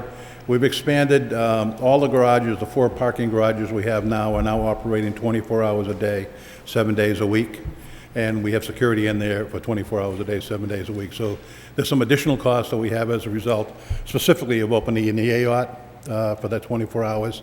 Okay. The other thing that's happening in '07 is we are taking over the responsibility for the National Park Dutton Street lot. And that comes online about the second half of the year. And part of that is we're going to share security costs with the National Park as part of the revenue stream that we create with that. And we also pick up 100 parking spaces in that transaction, working in collaboration with the National Park. Okay. Miscellaneous charges, $11,000, it's the same. What's in that? Well, we typically put some of our ticket costs in there. We also put any miscellaneous costs that we see coming out of the parking side, or for example, some of the costs for stolen meters this year, we had to take out of that money because we didn't have the money in the budget to handle that because of the number of meters that were actually taken out of there. And that's still going on, by the way, the meter stuff. You wouldn't know that, right? Okay. What are you asking me? Could you give me a brief explanation, because I'm not too sure how it works. Professional service, you've got a contract, and then a management, it's a fee and incentive. On professional services, are you talking Yes. about? That's basically the subcontractor that we hire to manage the garages for us. That's, right now, that's Central Parking Corporation. They staff and manage the garage side of the business, which we call off-street parking. And then, of course, the security is also a separate contract, and that's an RFP as well. Both of those are out right now, by the way, for quote, for RFP. All As an right. RFP. Why, the central parking contract has gone down, that's good news. Is that because of automation? Well, part of that's due to the automation we put in place over the last year and a half. We ended up, as you can tell, even though we're running the garages 24/7, we can actually run them without personnel, cashiers and booths, for example. We run the garages 7 to 7, by the way, during the day in the offices. Are they all automated now? I'm sorry? Are they all automated? Yes. And what is the management, the fee and incentive for the management? I'm sorry? Is that part of the contract, the incentive? The next line item. It's like 40,000. What line item is that? The 40,000 right under the 915. Incentive. Repair and maintenance, is that what you're looking at? No, management fee and incentive. Oh, management fee and incentive, that's the fee that we pay the management firm that would win the contract, Counselor. Okay. In other words, right now it's 36,000. I took it up 4,000 because I felt with the added garage, the added responsibility of the Dutton lot, that they'd probably increase it. Okay. In other services, is that included in the contract? Is that part of the contract with Central? Yes. What would that be for? What type? Typically, that's miscellaneous or items that come up during the year that we didn't plan for. I didn't have a question. One, for example, some of the elevator service cost goes in there if we have a repair for an elevator or something like that has to be done. All right. And I have to ask you this one. Uniform rental? Uniform rentals are uniforms for both our meter maids and our people that are in the parking side. So the city rents them and gives I'm them sorry? the city rents those and gives them to the employees? Yes, yes. On the meter maid side, yes. Okay. Thank you. You're welcome. Councilor Donahue. Thank you, Mr. Carney. Let me ask you first. You got to be the only department in America that has a decrease in utility electricity. How'd you do that? I'm sorry? How'd you do that? You went from 300,000 to 280 for electricity. Well, I've been doing a lot of talking, Counselor, as you know, about the new lighting we put on all 4 garages. Right. It's significantly much more efficient than what we had in there.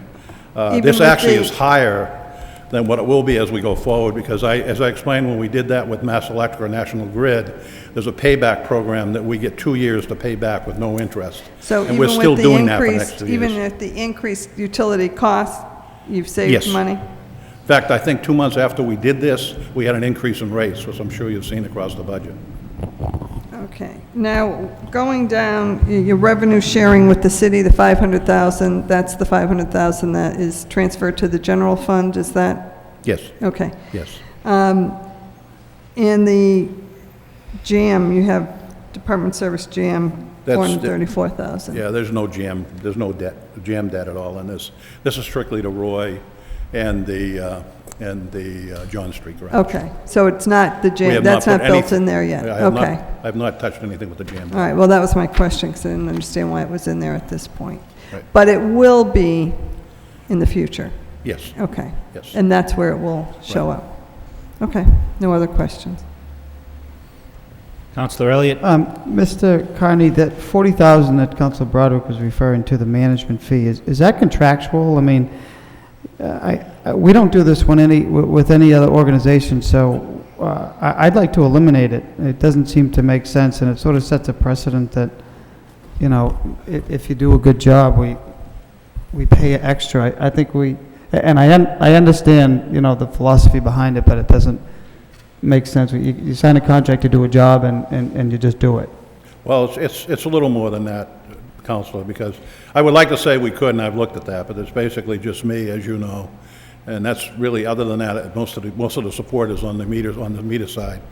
So the way that works is that staffing that they bring in actually run the garages, right, round the clock.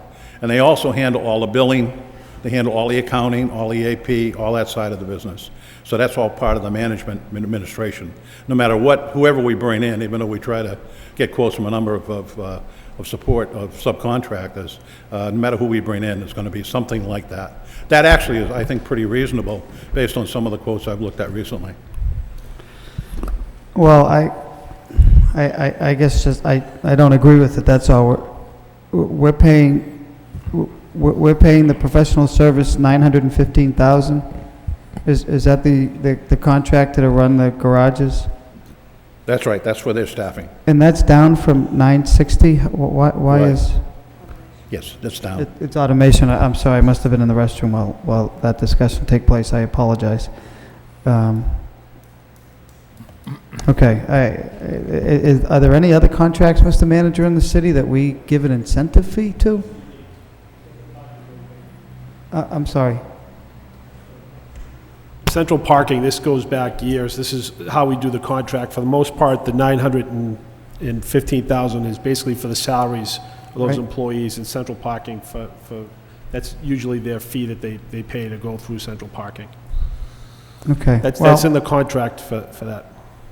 And when is that contract? It's up this year. That's why we increased it we're projecting $4,000 increase potentially. It's been 2 years or 3 years since that Yeah, contract? it's a 3-year. It's a 3 years. three-year So after contract 3 that we years, have we're up. projecting that. I mean, we get, you know, how many thousands of employees in the city, and they don't get any bonus for doing their job, you know what I mean? This really isn't going to employees, it's going to the company as sort of the management fee for taking care of the employees that we're paying the $900,000 to. Okay. So it's basically to manage those employees. I understand it. I don't think it's a good idea. Do we have to pay it? I mean, it's already in that 3-year contract that if they perform their duty, then they get 40 grand. Based upon, you know. Counselor, there's a lot of advantages to us in managing this operation that way. A lot of advantages to allow us to do a lot of different things. Well, maybe there is. I just think we set a dangerous precedent. If there's nothing we can do about it, I'll look at it, you know, when it comes time to sign the contract, then that's the way to look at it. But you're considering, does a security company get a management fee incentive? No, Yeah. Well, the other side of this, and I probably should have mentioned this up front, As we look at this spending, and we see a 1% increase overall with the things I talked about, the revenue side of this business, and that's the way I look at it as a business, is going up about 5% in FY07. So additional spending is being offset by additional revenue flow to about $300,000, Council. No, I don't disagree. Maybe they're doing a good job, and that's the reason that I think the reward should be, yes, you know, you're doing a good job, and maybe we'll renew your contract. But it's just a difference of a philosophy again. I suppose security company doesn't get an incentive fee for doing their job, though, right? I guess we could try that, but we have never done it. No, they don't. they They don't. get Never their done it. fee through, they charge us a flat fee. So Okay. we don't Yes. know what exactly they're taking off of that and actually paying their employees, as opposed to the costs that are actually going to central parking employees. Okay. Nothing I can do, so we'll wait till the next contract. Thank you. Councilor Caulfield? Thank you, Mr. Mayor. Mr. Carney, I'm very happy with the performances at the garages, happy with your performance. We haven't had a complaint since you've taken over managing the garages. They're Thank you, clean. Council. And anyone who can reduce the electrical bill by $20,000, you deserve a round of applause for that, so thank you. Thank you, Councilor. Let's give him the 40 grand then.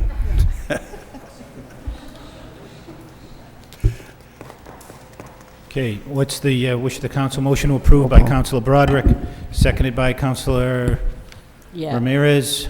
Roll call, please. Yes. Yes. Yes. Yes. Yes. Yes. Yes. Yes. Yes. And I think we need a separate vote on the revenue sharing and debt service piece of this budget. Is there a motion to approve? Motion to approve. I just have a By quick question. Councilor Mr. Elliott, seconded by Councilor Milonazo. Councilor Elliott? Can I just ask why there's a separate line item for this debt service on the jam garage? Why isn't that included? So it's not the jam garage, not the it's just jam, the it's- existing garages, John and, John Street and, what's the other one? That's not the jam, so that's incorrect. And why is it just a separate line item? Because this is a revolving fund? Isn't it a revolving fund? Yeah, it's a revolving fund, yeah. Because it's part of the revolving fund, and we basically look at the operating profit, Councilor, and then we take the debt service on that. Okay, I'm just curious why it's not included in the overall other debt line item. Okay. Roll call? Councilor Milonazo. Yes. Councilor Ramirez. Yes. Councilor Broderick. Councilor Caulfield. Councilor Donahue. Yes. Councilor Elliott. Yes. Mayor Martin. Yes. Councilor Arman Mercia. Yes. Councilor Rita Mercia. Yes. 8 yeas, 1 absent. Okay, that department is approved. The next department is Parks, Recreation, and Cemeteries on page 30. Any member of the public wishing to be heard on the Parks and Recreation and Cemetery budget? Anyone from the public wishing to be heard on this budget? Hearing none, what is the wish of the council? Motion to approve by Councilor Caulfield, seconded by Councilor Rita Mercier. Councilor Broderick. Thank you, Mr. Mayor. I just had a couple of questions. How you doing, Mr. Bellegarde? Mr. Manager, Mr. Mayor, and councilors. The snow and ice removal control, it's more curiosity. We talked the other, I don't know if it was a subcommittee meeting or a couple meetings ago about potential of using GPS, tracking the contractors. Is that what that's for? Is that for actual?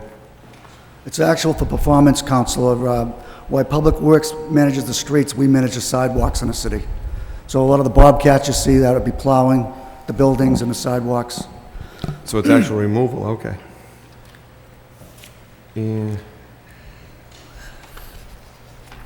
I think that was all I had. Thank you. Councilor Elliott.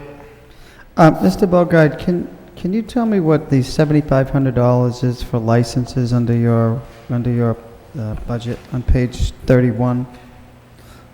Councilor, that is contractual with the 1705 union. Different licenses, hydraulic licenses, CDL licenses, grade application A licenses. Okay. Okay, and can I just keep going down the list real quick? Used van trucks, are we buying it? Every year, we attempt to replace our fleet systematically with this line item.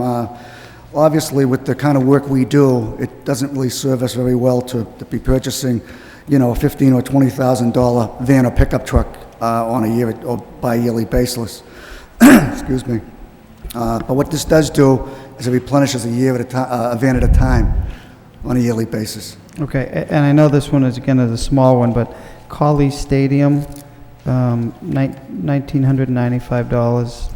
Mowers, blowers, issues that pertain to the stadium in terms of small equipment, Counselor. Okay, pool renovations, $2,950 is, just seems like, I mean, I'm glad it's a low number, but is that enough to cover, considering the number of pools that we open up? Actually... What does that cover, I suppose? It isn't, but it does aid the Public Works Department in getting the pools open. If we have to color code, if we have to provide, you know, masonry type equipment, supplies, paint. Okay. Okay, I will say that, you know, Mr. Boggy, it's a bare bones budget, and you do, I think you do a lot with what we give you. Thank you. Thank you. Councilor Donahue. Thank you, Mr. Bellegarde. You have improvements, parks, playgrounds, $128,500, same budget last year and this year.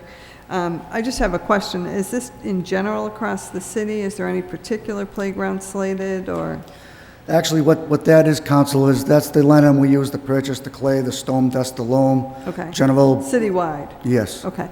The reason I ask is, as you know, Shed Park had a fundraiser. They're trying to raise money, and I don't see anything in this budget to try and match any funds or anything like that. Unfortunately, there isn't, but they did do a great job in their effort in doing that. We're having conversation, negotiations with them, and I'm sure that sometime in the near future they'll probably be back to talk to us about that. Yeah, I mean, you know, I bring that up only because that playground really is dangerous. That's there. I mean, are we opening that playground or not? Well, we do provide repair and service to the playground, but it is an old, antiquated site. Right. I think the direction that they're going is the right direction.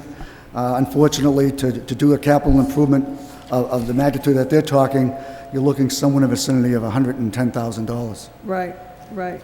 But, and I know it's not in this budget. I just, you know, I didn't realize till I looked at it. I don't go to the playground on a general basis, but it really is, it could be dangerous. I mean, I'm not asking for an answer, but I think we should look and say, what are we going to do? We don't want someone to get, you know, because it's in bad shape.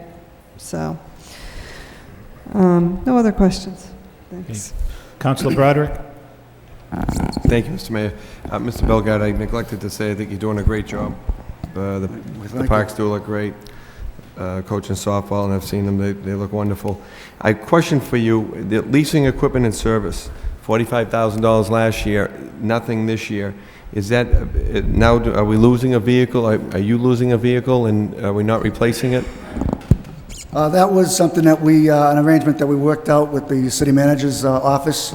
We were able to pick up something this particular fiscal year versus wait until next fiscal year. So it was something that was negotiated with myself and the city manager to get something now versus later. Okay, so you're not without a vehicle then? I mean, in other words, you didn't lose a vehicle in your fleet? No, we didn't. We have issues in the fleet, but there'll be a discussion for another day, I guess. Okay. And Councilor Caulfield. Thank you, Mr. Mayor. I too agree, Tom, that you and your staff, all the men and women who work for you, they do an excellent job. Tireless workers and miracle workers, I'd have to say. But I just want, Mr. Mayor, through you to the manager. Mr. Manager, I want to compliment you and the Parks Department on Colley Stadium, the renovations to Colley Stadium. It's absolutely fabulous. It's beautiful. And the students at Lowell High School and the city will enjoy that for decades to come. I only hope that you were there to flip the coin for the first football game. Thank you. Councilor Milonazo. Thank you, Mr. Mayor. I too want to congratulate Commissioner Bellegarde. I think he does a great job as commissioner, and his budget this year has only gone up about 4.5%, so he does quite a bit with what he has. I figured though I'd put him on the spot. I was asked today by a Shed Park parent whose son plays Little League Baseball if we might be able to put a net behind home plate. There's 2 telephone poles at Shed Park, and I guess the foul balls are going over the fence and out onto Rogers Street. So if you could just have someone check that, because it really is turning out to be a dangerous situation. So just so happens I was asked today, so I feel As you know, Council, last year we gave them the backstop, and we are Correct. working our way up. Okay, great, terrific, thank you. Okay, Counselor Elliott. Just one quick question, Mr. Mayor. Mr. Bogart, speaking of Collie, do we think that we'll be raising some money out of Collie, meaning considering, I thought that was one of the selling points, that we'll be able to rent it out or lease it out when it's not being used by high school or other organizations? I think what you're going to see, Councilor, over the next several weeks is a proposal for a complete restructuring of our fees, rates, and charges that the Board of Parks are presently working on. It's also going to change the way we do business at College Stadium, because we're going to be looking at maybe another shift, maybe a weekend shift. But we are looking at some people that are actually interested, have been in contact with my office on big tournaments, whether it be sporting tournaments or marching bands, or, I mean, there's a lot of interest now that we can have a field that can handle that kind of interest. And as I said, the Board of Parks is actively working right now on a fee schedule that I think is going to be something that is going to be special for us. It's going to help us offset a lot of cost out there. And it's also going to help us provide a lot more recreation to the little guy, the regular taxpayer that would normally not be able to use College Stadium because the field could not handle the permit use, the pounding. And I think something like that's probably going to be ready sometime in September. Thank you. Okay, motion to approve by Councilor Broderick. This is the parks portion of the budget. The bottom line figure is $2,611,568. Motion approved by Councilor Broderick, seconded by Councilor Elliott. Roll call, please. Councilor Milonazo? Yes. Councilor Ramirez? Yes. Councilor Broderick? Yes. Councilor Caulfield? Yes. Councilor Donahue? Yes. Councilor Elliott? Yes. Mayor Martin? Yes. Councilor Arman Mercia? Yes. Councilor Rita Mercia? Yes. 9 ayes. Okay, that portion of the parks budget is approved. The next section is the Recreation Department budget. Anybody wishing to be heard on the Recreation Department budget from the public? Anyone wishing to be heard? Hearing none, what's the wish of the council? Move for approval. Motion to approve by Councilor Caulfield, seconded by Councilor Broderick. Any questions? Councilor Elliott, I'm Just sorry. a quick one on the football program at Collie, while we're on Collie Stadium, Mr. Belgard. It went from, what is the Collie Stadium football program, sorry? That's to supply the youth groups at College Stadium, helping them with football, whether it be the Pop Warner group, whether it be Lowell football. There's the various groups that use the stadium, and we do provide service for them. In return, they do supply coaches, staff. It'd be similar if I was running the program out there, similar to what we do with basketball in the gyms, except this is something we do basically at College Stadium regarding the football program. Okay, got it. Thank you, Mr. Mayor. Okay. Anything, Councilor Donahue? Mr. Belgard, you maybe can or can't answer this, but do you know what's going on with the boathouse, the status as far as the state and the money for it, or? I'm not exactly sure. I know they started originally with $1 million in restoration, and then after they went through the building, they found that $1 million was low. Yeah. So I'm not sure how they're handling that. But at this point in time, it is open sparingly for the users. But as far as I know, we're still waiting to hear as well. I'm on a committee that is involved with the renovation process, and I'm not really sure where that's going. Thanks. Councilor Broderick? Mr. Belgard, the last item is miscellaneous charges, $35,500. Do you know offhand what that is? Miscellaneous stuff. That handles all the recreation programs that we do, for instance, arts and crafts supplies. It could be additional school supplies. It could be athletic supplies. You know, the home plates, there's 39 ball fields in the city, 39 home plates, pitching rubbers, tennis nets, basketball, hoops, Excellent, thank you. etc. Okay, roll call? Councilor Milonazo? Yes. Councilor Ramirez? Yes. Councilor Broderick? Yes. Councilor Caulfield? Yes. Councilor Donahue? Yes. Councilor Elliott? Yes. Mayor Martin? Yes. Councilor Arman Mercia? Yes. Councilor Rita Mercia? Yes. 9 ayes. Okay, the Recreation Department budget is approved. Last item here is the cemetery budget. Anybody from the public wishing to be heard on the cemetery budget? Anyone from the public wishing to be heard? Hearing none, what's the wish of the council? Move approval. Motion approved by Councilor Rita Mercia, seconded by Councilor Broderick. Any questions? Roll call. Councilor Milonazo. Yes. Councilor Ramirez. Yes. Councilor Broderick. Yes. Councilor Caulfield. Yes. Councilor Donahue. Yes. Councilor Elliott. Yes. Mayor Martin. Yes. Councilor Arman Mercia. Yes. Councilor Rita Mercia. Yes. Thank you. Okay, there are several items within the Division of Planning and Development. The first item is the Planning Board. Did I skip a page? I'm sorry. Still got a lot to go, you know. Page 34, right? Page 34, Planning Board. Move for approval. Motion approved by Councilor Caulfield, seconded by Councilor Broderick. Any questions? Roll call. Councilor Milonazo. Yes. Councilor Ramirez. Yes. Councilor Broderick. Yes. Councilor Caulfield. Yes. Councilor Donahue. Yes. Councilor Elliott. Yes. Mayor Martin. Yes. Councilor Arman Mercia. Yes. Councilor Rita Mercia. Yes. 9 yeas. Okay, the next item in this department is the Division of Planning and Development. You could ask for anyone from the public wishing to be heard in the Division of Planning and Development. Hearing none. Move approval. Motion approved by Councilor Milonazo, Second. second by Councilor Arman Mercia. Councilor Broderick. Thank you, Mr. Mayor. I have a question here for Mr. Coggins. We have, on the one we just approved, an asset manager, and then over here we have a property manager, or property management. I don't know if that's contract or... No, actually, Counselor, the property management is actually a line item for expenditures that come up from property that is in our possession, whether that's electric bills, gas bills, repairing windows, locks, things like that. They're done by the asset manager, who is a staff person. Like currently, as soon as we took over the Freudenberg properties last year, we had bills associated with that. With the building that still remains over on the parcel, the former maintenance facility for the post office, we have expenses associated with that. So it really depends on what we happen to have in our possession at the time. Okay. So those are actual expenditures in the management of property? Right, I looked it up today. Out of that line item, $12,000 was spent on gas and electric for buildings that happen to be in our control during the year. In the Acre Urban Renewal and the Jam Urban Renewal plans are budgeted for $50,000 and $100,000 respectively. What do we use that money for in FY06?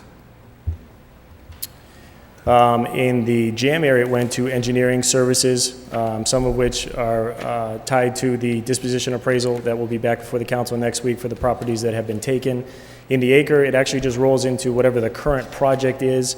If this money is funded, for example, the next items on the to-do list for the Acre are housing on Rock and Cushing Street and also Adams Street. So that money would roll into either property acquisitions, demolition of structures that we own, public improvements, that kind of stuff. Okay, and do we have any particular use or purpose for the JAM fund, the $100,000? Right now, we would be, if that's funded, we'd be holding that in case there were any shortfalls on the relocation figures for the parties that are affected by the takings. And does the state match these funds? Not necessarily matched. Right now, we're getting $509,000 from the URGE grant on the Acre. That's the annual payment from DHCD. We have been receiving $250,000 a year through the legislature on the JAM plan. We obviously don't have confirmation yet as to whether or not that's going to happen this year, but so it's not a relationship in terms of matching, but obviously when the plans are approved, the expectation is that the state is going to fund one half and the city is going to fund the other. So we've sort of been chipping away at it with varying amounts each year through the budget process. If we were to reduce or cut these, would that create a problem with the state, potentially? I think if the city put forth some effort, maybe a lesser amount, but I think if there was some effort, we'd at least be making a good faith effort on that part. If I may, Mr. Mayor, Matt's absolutely right. Clearly, Council, I think if we were to cut these funds, the legislature would look very closely at what they're doing with us. Clearly, one of the best arguments we have about money that we receive from the state for JAM and Acre is that the city is putting money in there as well. And if that goes away, that would make it more difficult going forward. Okay, that's at first blush, I said, oh boy, we can grab $150,000 there because we don't have anything coming, but I don't want to jeopardize the potential investment and the money from the state. That's all I have, thank you. Counselor Donahue? Do we know if the 250,000 is in the budget this year for the state? I believe it is. I believe I saw that Is it? someplace. I believe it is, yes. Okay, thanks. Okay, Counselor Elliott? 300,000 for business marketing. Is that still a match, Mr. Coggins, with other organizations, or is the city just No, footing that's that the whole bill? city's expenditure outright. If you remember, we had done a recap at some point years ago. It started actually as a match between the city of Lowell and the Lowell plan. It was 150 and 150, but that's been over for at least 6 years now. Right. And I understand it's level funded. What was the 25,000 right underneath that for, Mr. Coggins? Professional services? I understand the appraisals and advertising, but that 25,000? Professional services pays for everything from, actually, the largest expenditure this year was $8,000 that went through the CVB to the host committee for World Curling. That was part of an original $20,000 commitment that the city made as part of the money that was needed to get the host committee going. Next year, that would be replaced by the city's match for Destination World of $7,500. Now, obviously, Council tonight approved some cultural funds that could come out of there, but that's what would have come out of this. In addition to that, we have paid for the landscaping, $3,000 for watering all of the hanging baskets that hang downtown, $3,500 to try to save the trees around Cox Circle in front of the arena. If you remember, when they went in 2000, they actually sat out for a number of weeks, and they're still showing signs of distress. So instead of having